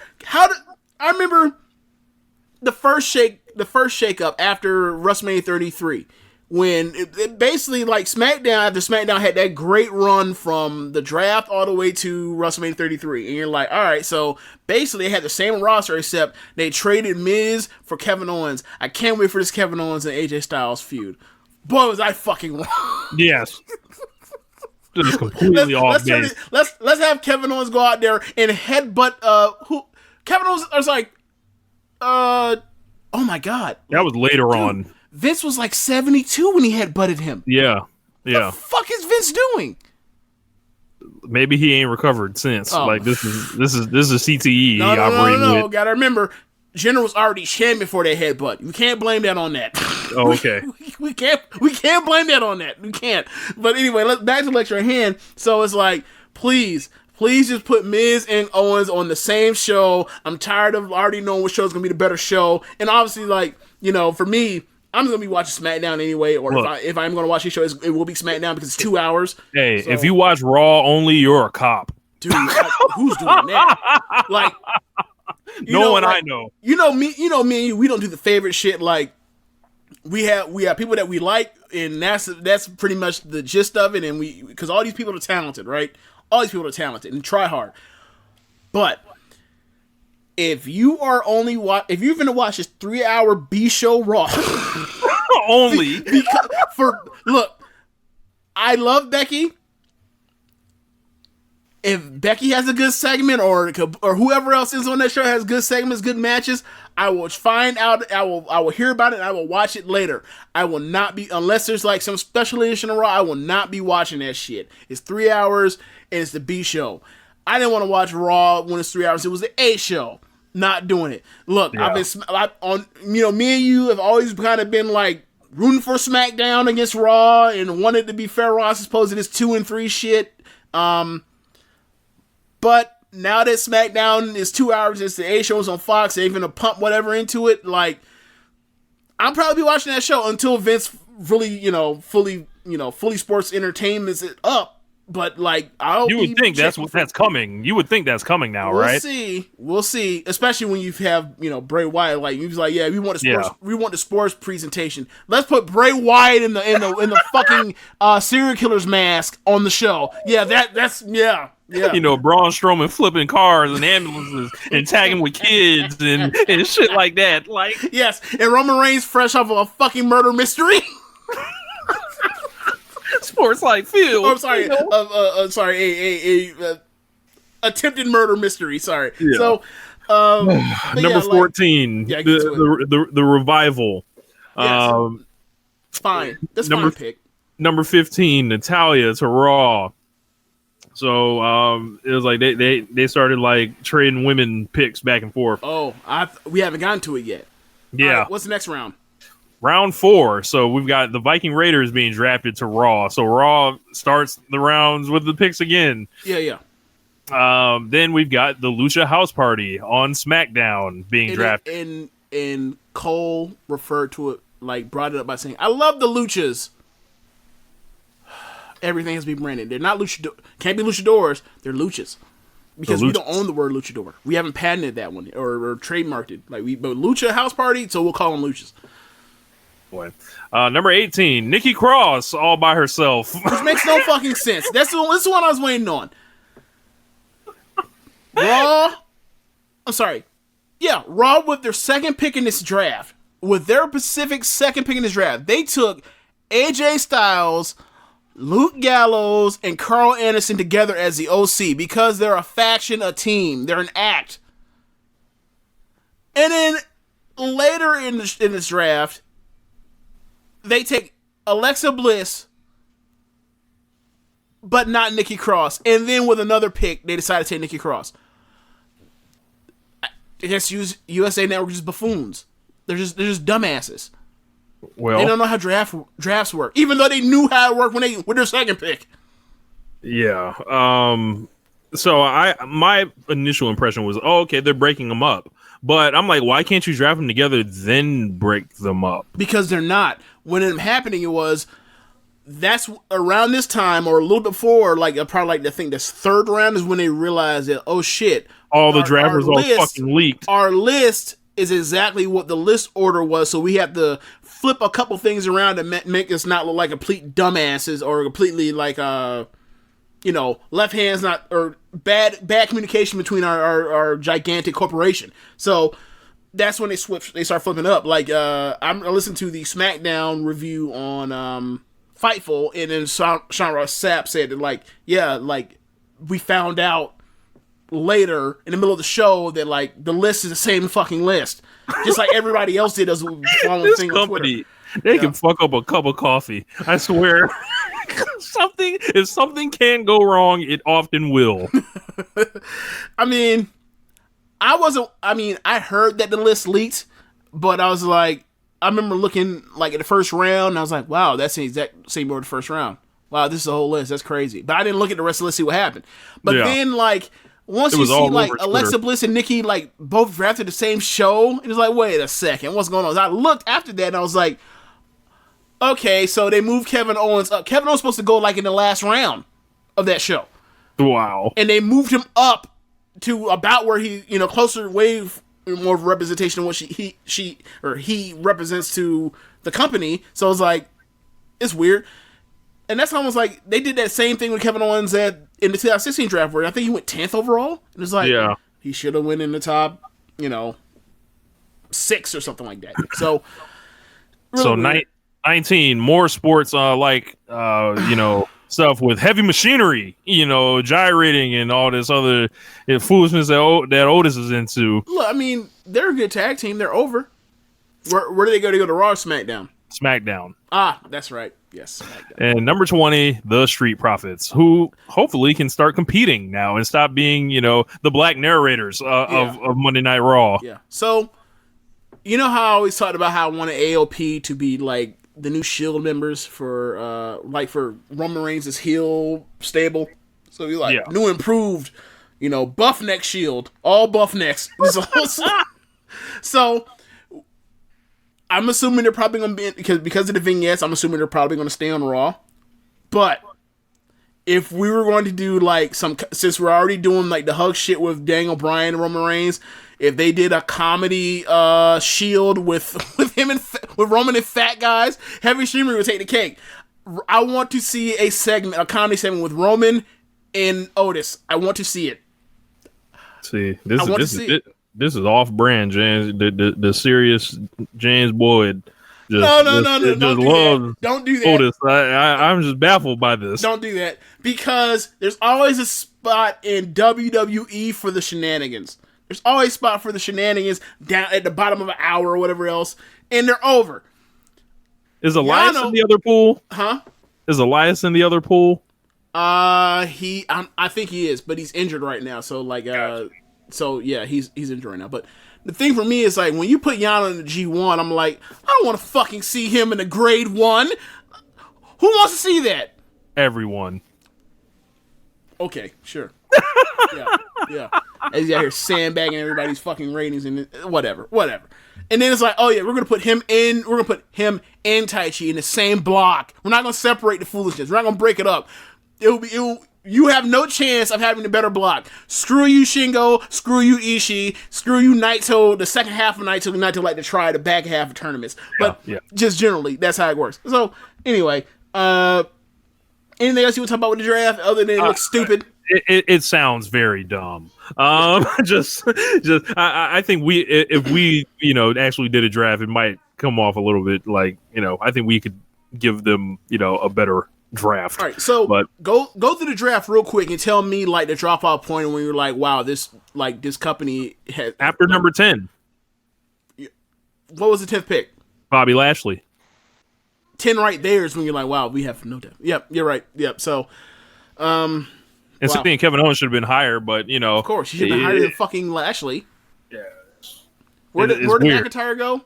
5th. Yeah. There you go. Yeah, that was overreach, but it would be awesome if they could do so many cool things with like the concept of a draft if they had anyone that had a clue about how actual drafts work. Yeah, and they could have been for weeks. They could have been setting this up with like shows on the network. Like they could have done draft styles. Who going into the draft? Who's peaking? They could have wrote It's fake. They could have wrote storylines into everything. They could have had SmackDown trading picks. They could have like been offering people and like, you know, they could have done a lot of stuff. Like, to be fair, they did mention the potential of trades, and I'm assuming that's going to be after the draft. So that's there, and then also with the free agent and everyone thing, that's not drafted is a free agent. Right. So there's going to be intrigue on that. Like, as opposed to there's being one Heath Slater, there's going to be like 5 of them or some shit like that. You know, like either way, like those free. I think they should make use of like at least 2 of them as a storyline. Like, look, I was overlooked, and now look at me. I am now the insert whatever mid-card title, you know, or tag team or whatever else. Like, just Slater them. Like, that worked for Slater. Like, they still some of those I Got Kid shirts. Yeah. So Slater getting these checks. When's the last time you seen Slater wrestle, bitch? So I don't watch Raw and SmackDown, so that's okay. Yeah. When's the last time you remember ever even hearing about him on a review on TV? I think he may have been like backstage with Brock Lesnar or something, and then Brock like it was something. Are you talking about the I don't give a fuck about your kids, or I don't give a shit about your kids? That might have been it. That was like 2018. That might have been it. This man's still getting checks off this shit, Rich. Hey, I admire the finesse. Same here. Look, I admire like if you can find a way for them not to like write you in more stupid shit, if you can just make that shit last. Yeah. What pool is R-Truth in? Is he in the other pool? Yeah, he's in the other pool. Okay, yeah. So it looked like the Raw pool is like where all the questions will be answered. Where will Daniel Bryan end up? Because I do not want Daniel Bryan stuck on this 3-hour Raw. Better yet. Now, Corbin, he got clowned by Becky and Rock on the first episode on Fox. He had the match with Gable, the 4th match on Fox. Please, I fucking beg of you, do not put this nigga on SmackDown. Leave him on Raw. You can see it. Roman Reigns and the Monsters on SmackDown, and they would consider Corbin one of the Monsters. Look, fine. Swap him for McIntyre or whatever. Like, whatever you do, leave him on Raw so I don't have to watch that bullshit. Put it over there. Let Heyman do with it. You know, because they say Heyman running this shit, so let Heyman run that shit. Look, let quote unquote Bischoff run SmackDown. Niggas say Bischoff showing up just eating catering every week. Yeah. Also finessing out here. Knowing the names. Yeah, so that anyway, so I mean, I think that's all we got on the draft. Do you want to talk about? I'm looking at this show sheet. You really put Master P and House of Glory on this? It wouldn't be One Nation Radio if we didn't talk about the great Percy Miller getting back into the wrestling business. So P, as he's affectionately known, Master P, for those of you not in the know. James, can you give a quick rundown on Master P? As far as what? As far as what he did, who he is, and his legacy in the game, and Master P is a rapper that rose to prominence out of New Orleans before Cash Money rose to national prominence. And he got a major label deal out of the fact that he sold so many of his records himself, out the back of his trunk, that sort of hustle or whatever else. The thing that people don't really know is like he scammed his way to that level of success. He went to college, University of Houston, came back, and he had a record shop himself. And what he would do is, because he was making his own music, was that like when people would come in and buy someone's record, he would put his own fucking label, his own barcodes on the shit. So then it racks up and he's like, look at me, I have sold 100,000 units of shit like that. So then record labels came flocking, and he had some legitimate buzz, but like that he boosted his own numbers. So from there he ends up getting his independent deal. And they were putting out those fucking records. Like, I think there was like he put out 30. I think there was a time where they put out like 50 something records in 2 years from out of No Limit. No Limit Records. Yeah. I'm just making sure. Yeah, sorry. Yeah, his record company is No Limit Records. And he had people like Mystical. He had his brother Silk the Shocker. He had his other brother C Murder. He had Snoop. he has Snoop after the fame, but yes, he did have Snoop. Snoop right after getting out of his Death Row deal. Yeah, so you're putting out a bunch of different like people that had no business coming out with records. Hell, P, you ever heard some people for like Ghetto D? He had no business putting out records. Some of that shit didn't rhyme. So anyway, he was one of those dudes. Is like he was a fine rapper, but the thing with him was like people appreciated that hustle he had, and people appreciated the fact that, like that dude was really nifty at making hooks, and like. At the time, like, a lot of it was, they were from New Orleans, but they also were, like, rapping over, like, West Coast beats at the same time, too. Yeah, like Ice Cream Man. Yeah. So, like, they were Southern, but it was almost like a mind trip at times to be like, why are these Southern ass niggas rapping over some shit that sounds like, Dad's a Corrupt would have got on or something, right? So, yeah, like, so from there he had so much success. He sold so many records. They sold over 100 million records. And like the thing is, like they were just putting out those things like quick. Like I said, like almost 2 years to put out like 52 records, albums and stuff. So like I mean they all like had different collabs. Like there were like P was in 2 different groups, and like so for example like there was a group that was like I can't remember the names of the groups. True. True was one of the groups, and there was another group where like all they did was swap out like See Murder from Mystical, and like that's a group of its own, but like but it's still like Silk and P. So it's like it was just crazy. This man was getting his hand in multiple pots. Yes, and like another thing is like he ended up getting a Pepsi commercial too. Like so it's so weird. Like yes, he was getting a Pepsi commercial in like 2000. Yeah, so Lil Romeo, he also made his son a pop star. He was like the lesser or not lesser version, but like he was like a alternative to like Bow Wow at the time. Like they were contemporaries of like the teenage or like preteen like stars or whatever else in rap that you see on like 106 Park or whatever else. So like I mean No Limit sold a shit ton of records, and then like people, it just didn't last because you can't put out that much. They diluted. They put out too much product, and people didn't want to buy that shit anymore. They moved on, and also like I'm familiar. Yeah, and also you look at Cash Money, the opposite in New Orleans is like, all right, we've had enough New Orleans rap. We'll go with the Manny Fresh production. Thank you very much. So that's kind of like the tell on that, like as far as why they didn't have the lasting power, like.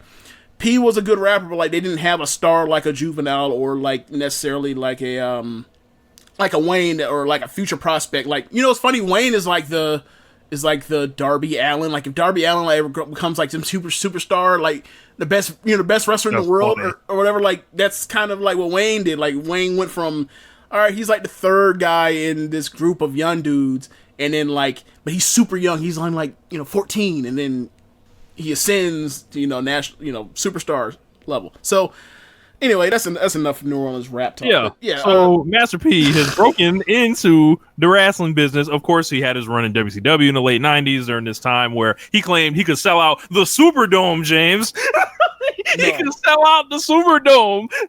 Spoiler alert: he did not. The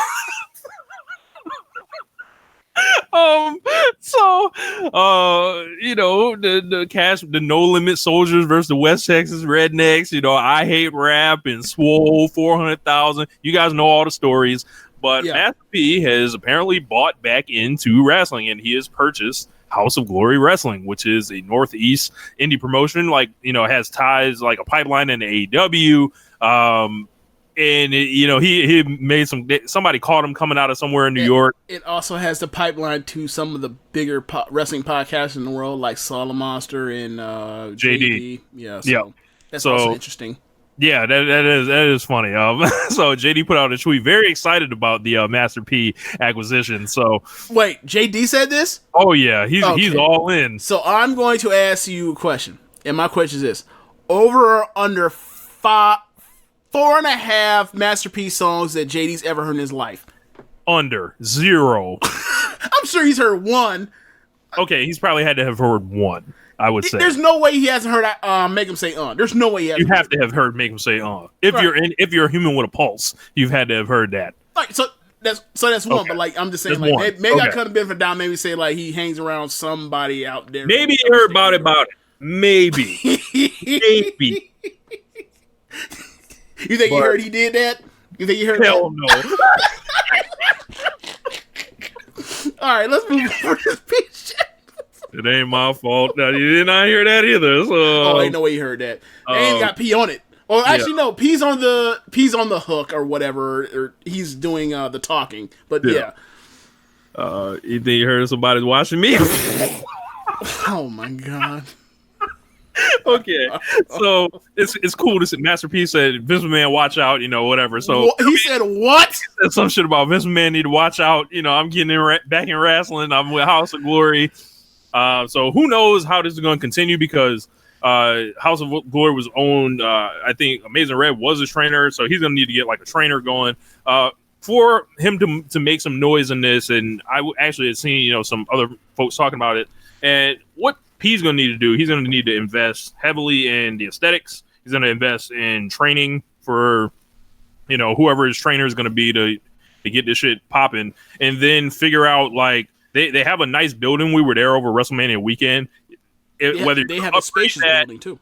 Yeah, whether you're going to upgrade like the look of it, and we already know like the plugs, like they've already been on. They have a road to get on Fight TV. Of course, they have like there's a pipeline for AEW, so that might be I think Tony Khan and P need to link up at some point. Just I just want to see it for the culture. Like that's where Sadie Gibbs should be wrestling at. Yeah, like you can send some people out in Wardlow. Yeah, you can send some folks there and have P take care of them, because at least Master P gonna make you look like a star. Like he gonna try to figure it out for you. There's gonna be money there, so.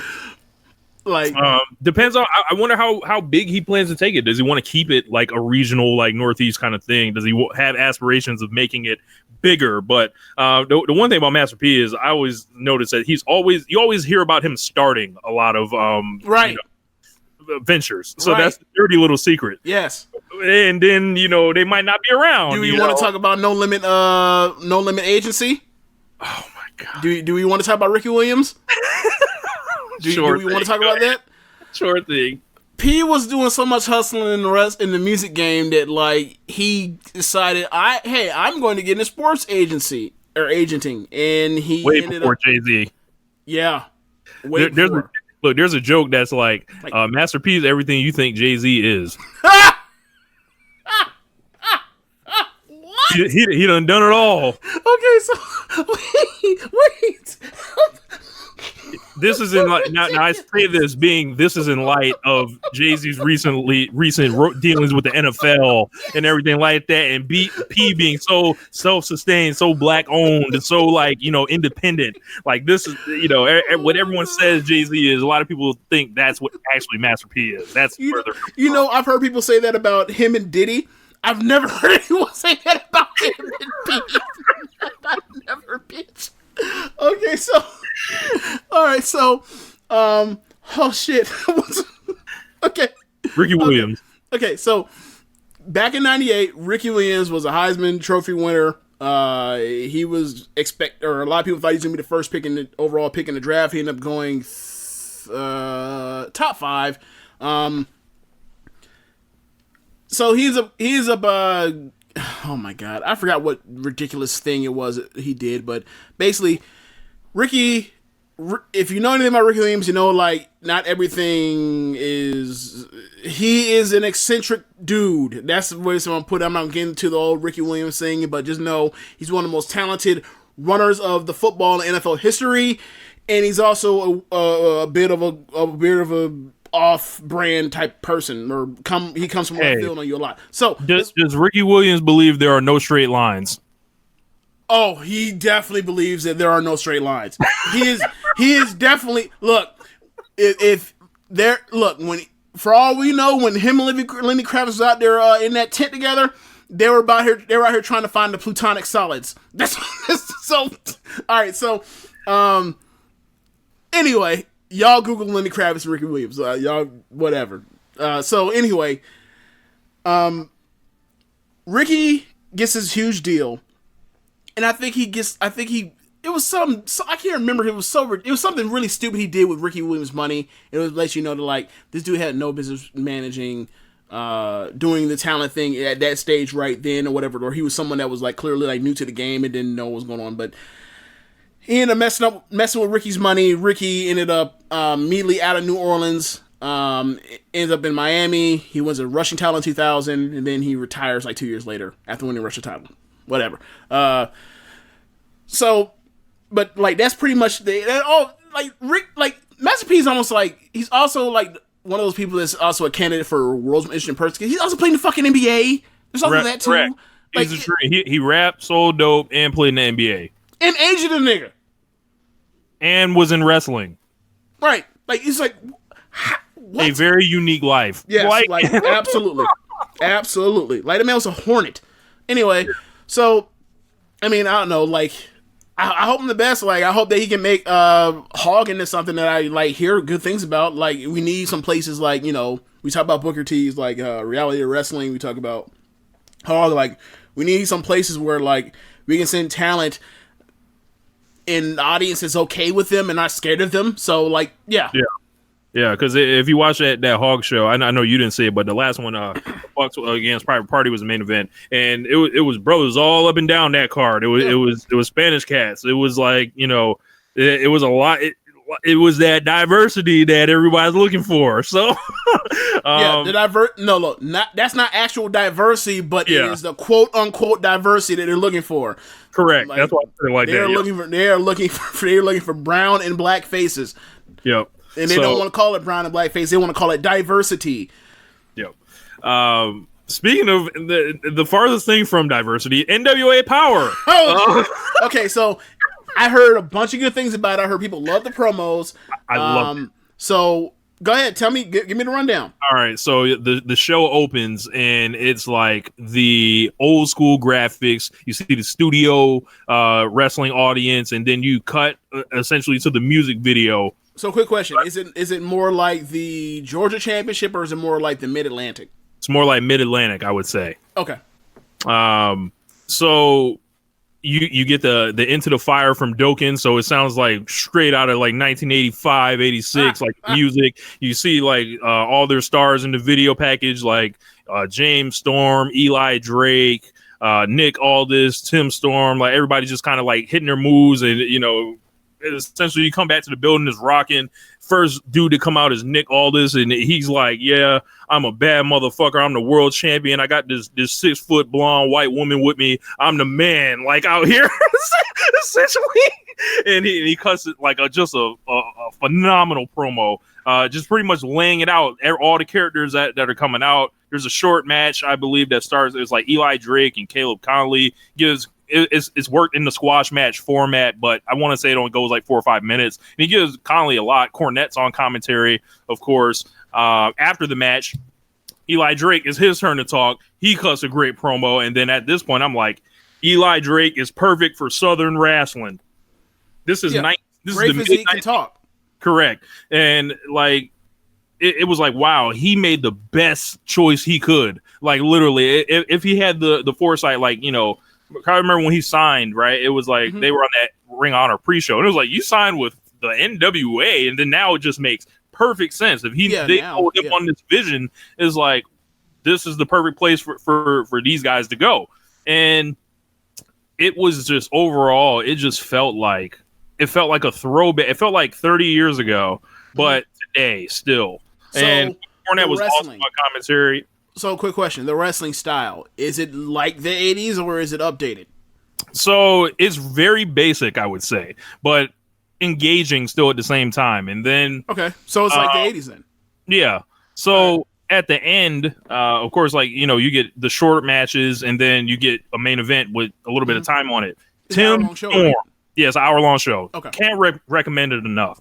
Tim Storm is a better babyface than anyone in WWE right now.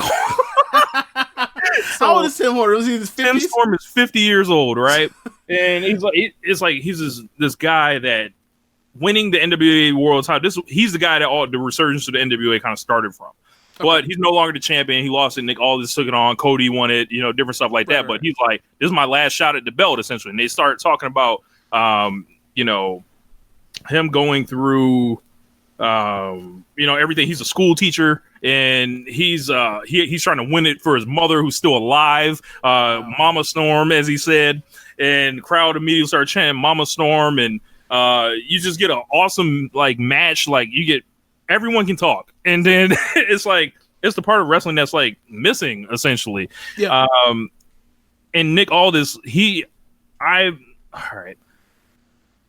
of my favorite guys. He's not the flashiest wrestler in the world, but he's just good. He's flatly really good.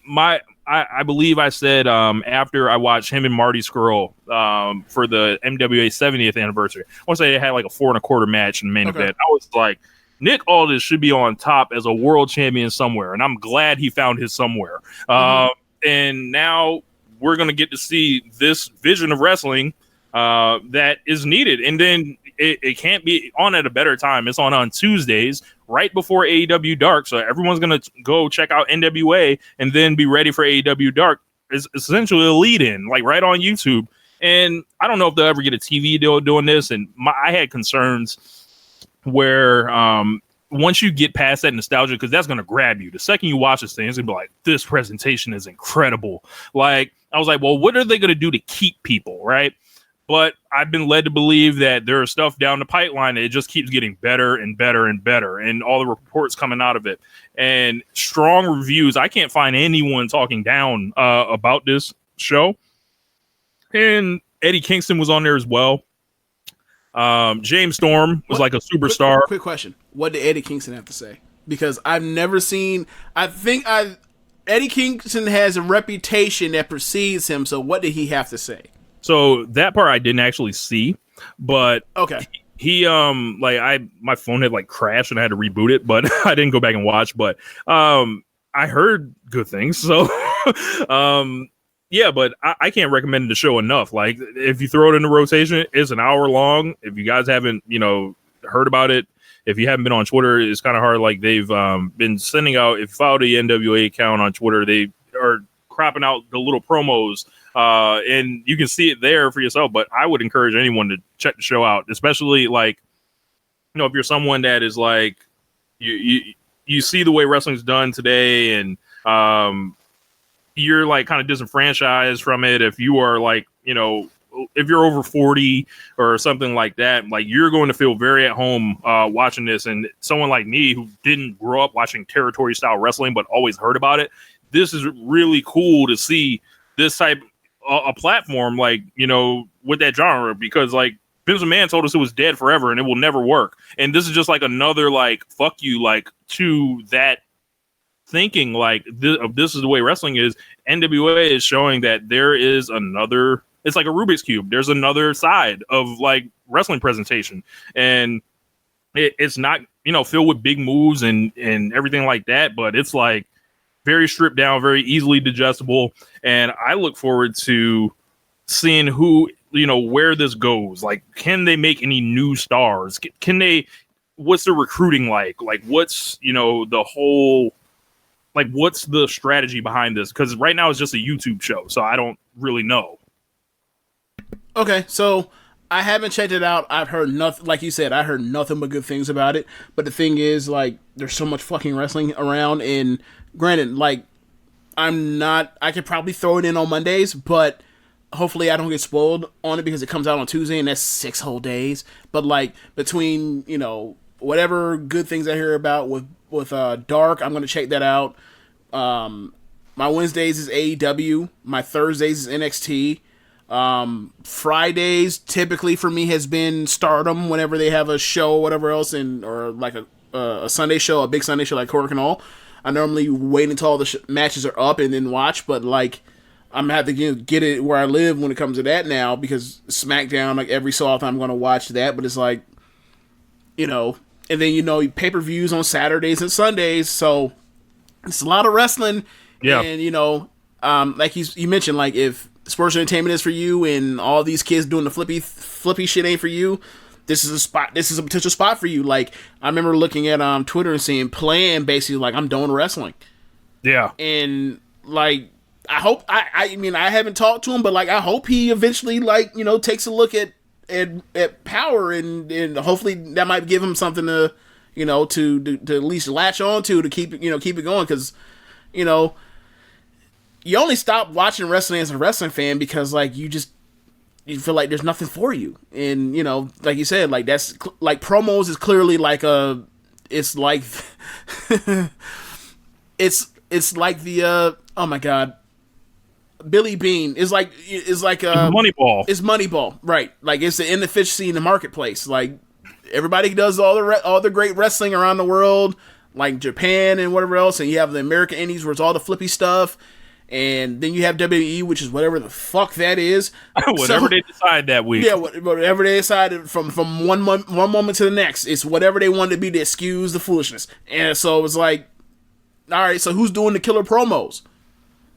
Not really people out there like that. So if that's your thing, is like, I want, you know, wrestling that follows my sensibilities in the ring as far as the psychology of that, and, you know, killer promos. That sounds like a good spot for people. Yeah. Yeah. So I will be tuned in next week. So, and just the opening intro video is like goosebump inducing. So, we'll see if NWA can keep their heads above water long enough. But the viewership is looking awesome on YouTube, and you know that's all they can ask for. So, they've got a lot of goodwill going off that first week. And Cornette's fucking awesome the whole time. That knows shocker, right?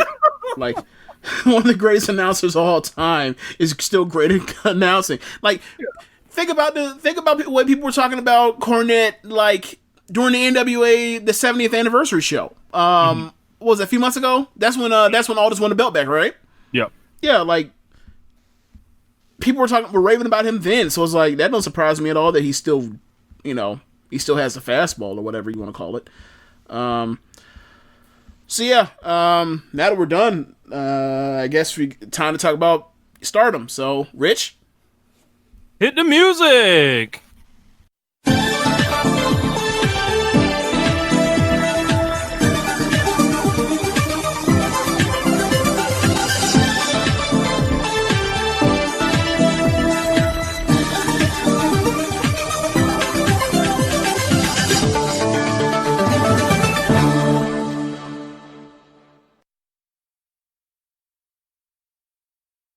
So, we just got done recording this segment, and we're going to have to do it again because I botched and it did not record. So, I'm going to apologize on air to Rich Latta.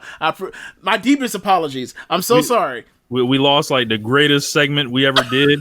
I just can't believe that it's just lost forever now, you know, to the annals of time. You know, we'll never get it back. Yeah, well, you see me, I'm looking at this damn thing like a hawk. It's recording now. It better not play with me. Throw this damn thing in the river. Anyway, so okay, so tomorrow we have Stardom has their October Korakuen Hall show, and on that show will be a couple of matches from the Stardom's Tag League. They call it the Goddess of Stardom Tag League. So we're going to talk about that first, and then we'll get into tomorrow's Korakuen Hall show.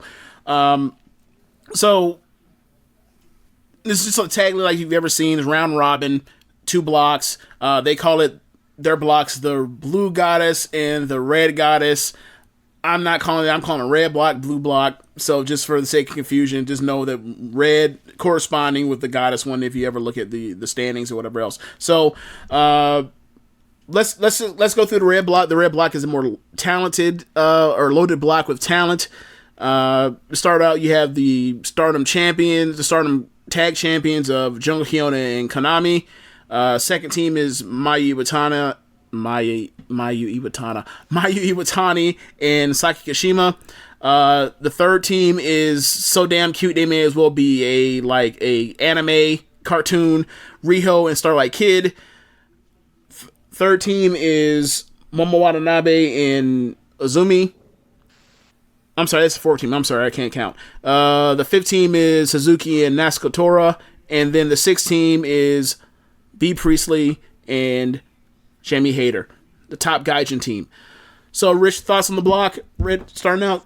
Lots of interesting teams. Of course, you got B and Jamie, who are both wearing all black, both foreign, both, you know, tall, I guess, for lack of, you know, another way to describe them. Both dark-haired women. Yes.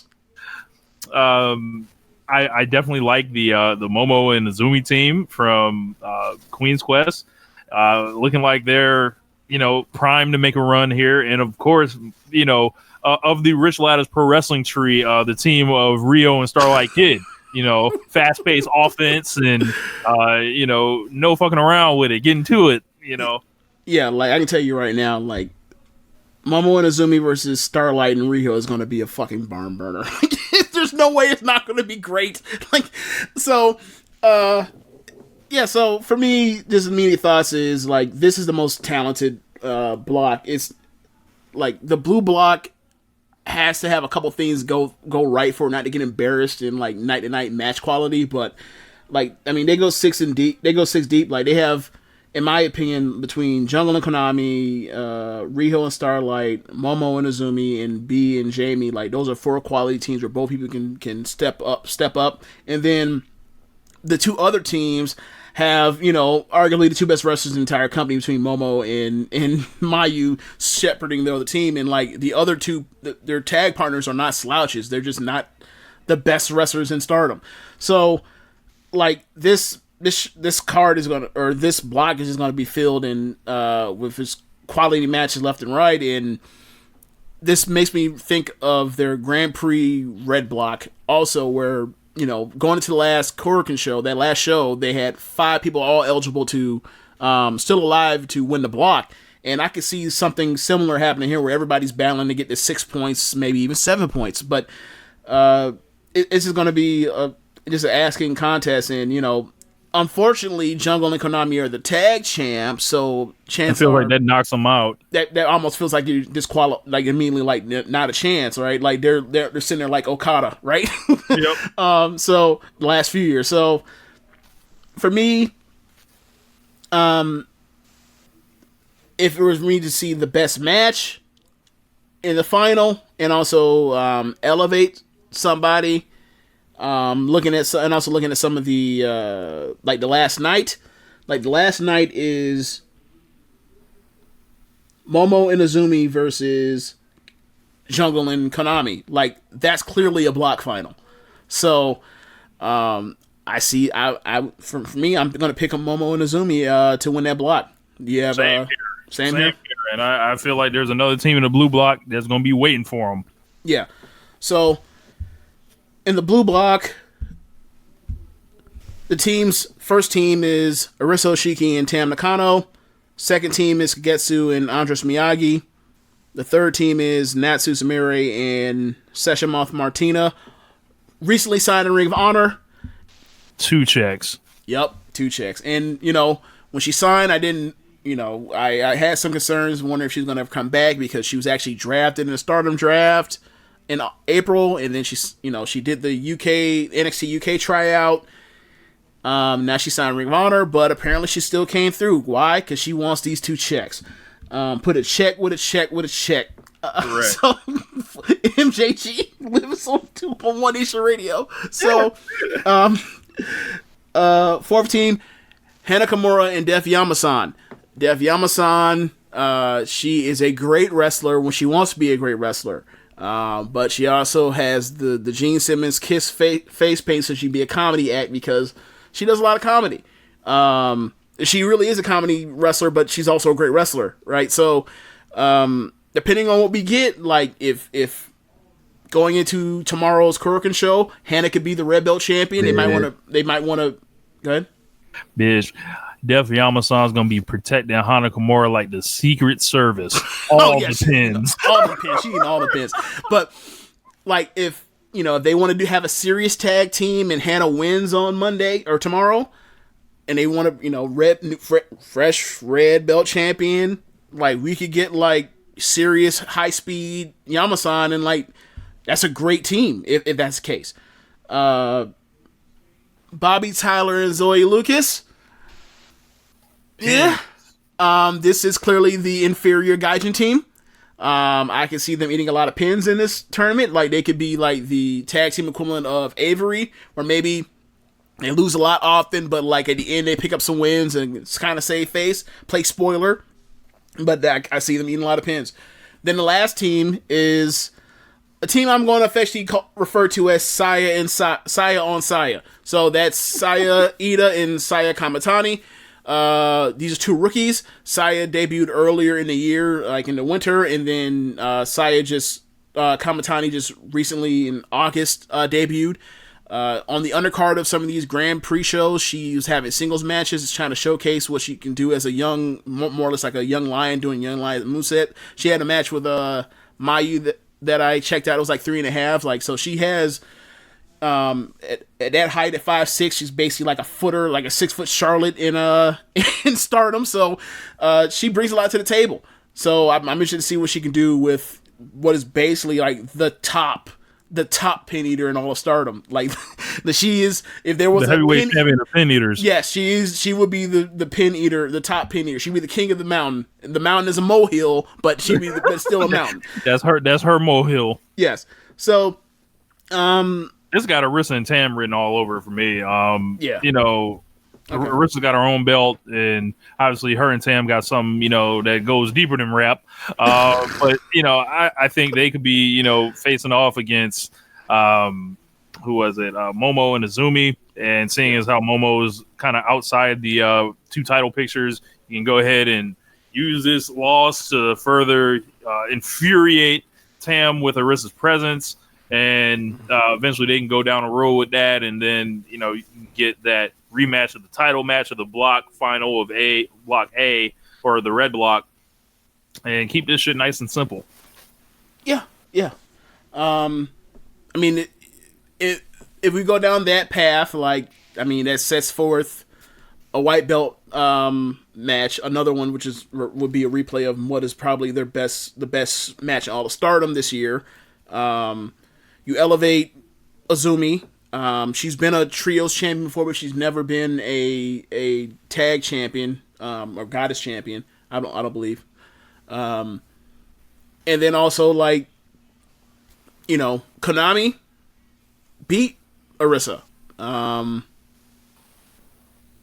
So like you also have that at play where, like, if she is freed up from the tag title, she might get a white belt match down the line, or maybe you get Konami versus Tam. I'd love to see Konami versus Tam, but you know, or Konami versus either person that's eventually going to be a white belt champion. Like she's overqualified to challenge for that belt. Like she's somebody that I've been saying, like, in the tournament, going into it, I was like, hopefully, like, this, all the losses that Arisa takes, like, sets up potential challengers in the from the tournament going forward in the future. Like, kind of, you know, restock the challengers that she took out, like Tam, Jungle, and Hazuki, because those were high level wins.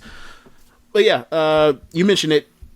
Tam and Arisa seem like almost like a lot to win the blue block, but I mean, we'll see if they give some respect to Hana and Yamasan, Kagetsu and Konami.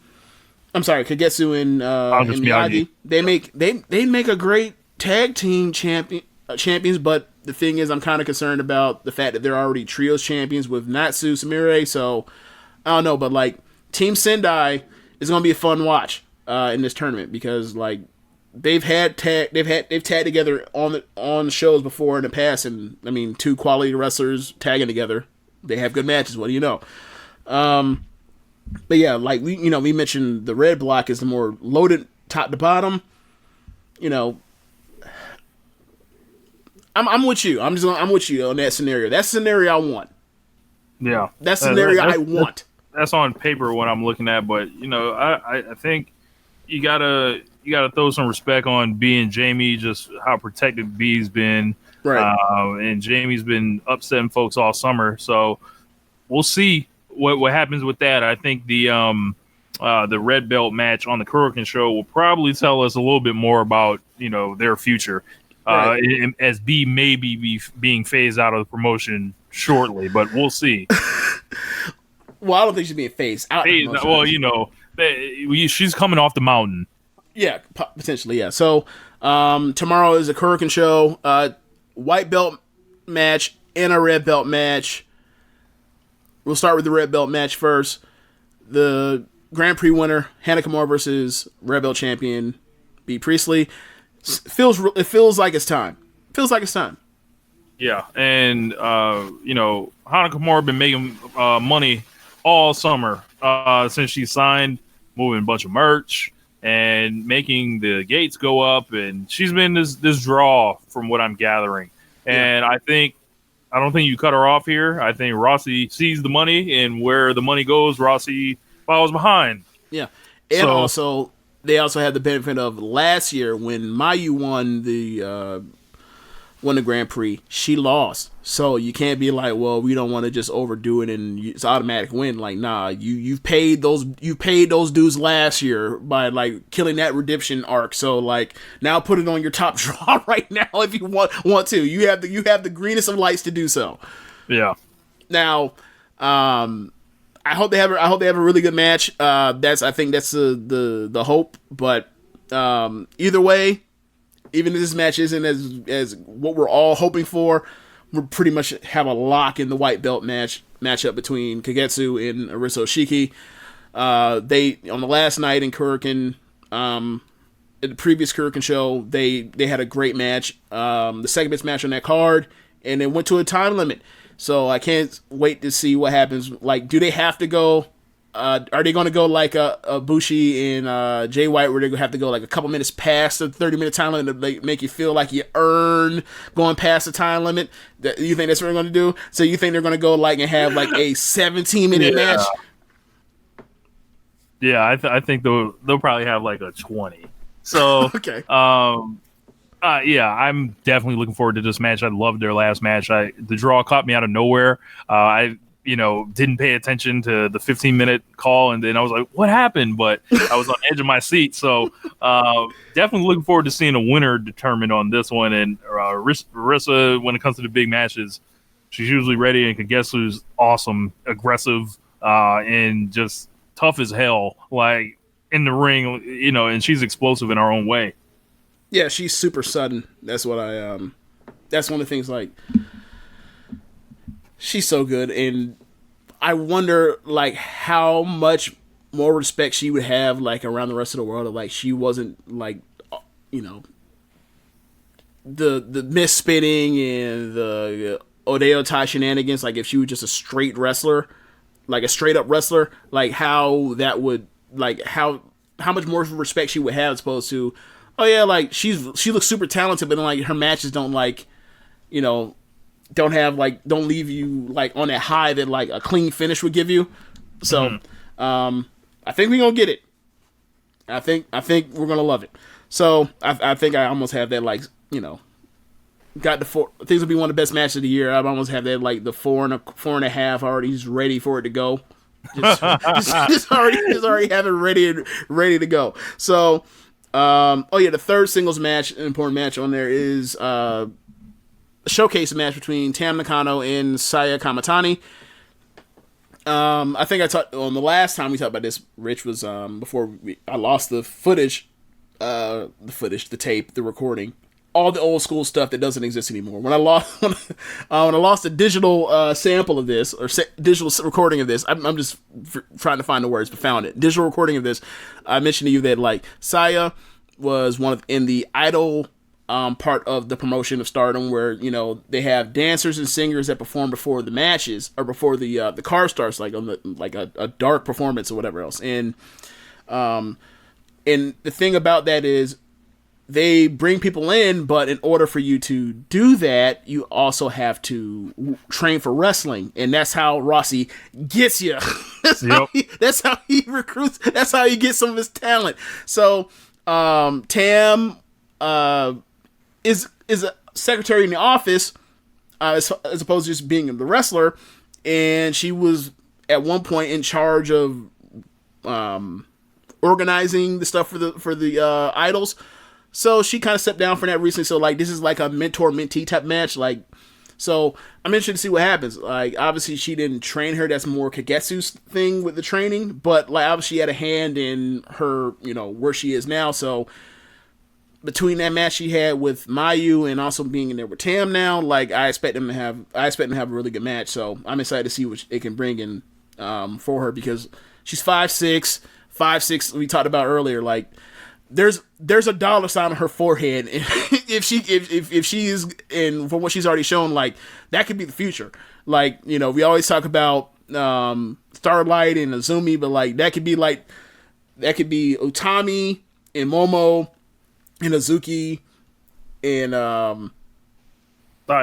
And no. Or sorry, like Momo, Utami, Hazuki, and Hannah. That could be like the future, meaning like next year, and then like the super long plays. It's like Momo. It's like Azumi and Starlight. Like, so the future looks bright for this company with all that young talent, but we'll see, because obviously, you know, injuries. They wrestle rough style, a fast style, and also, you know, some of them eventually are gonna be like, you know what, I feel like going to college. So yeah, so it might. So we'll see. To get signed away. Oh yeah, I forgot about that part.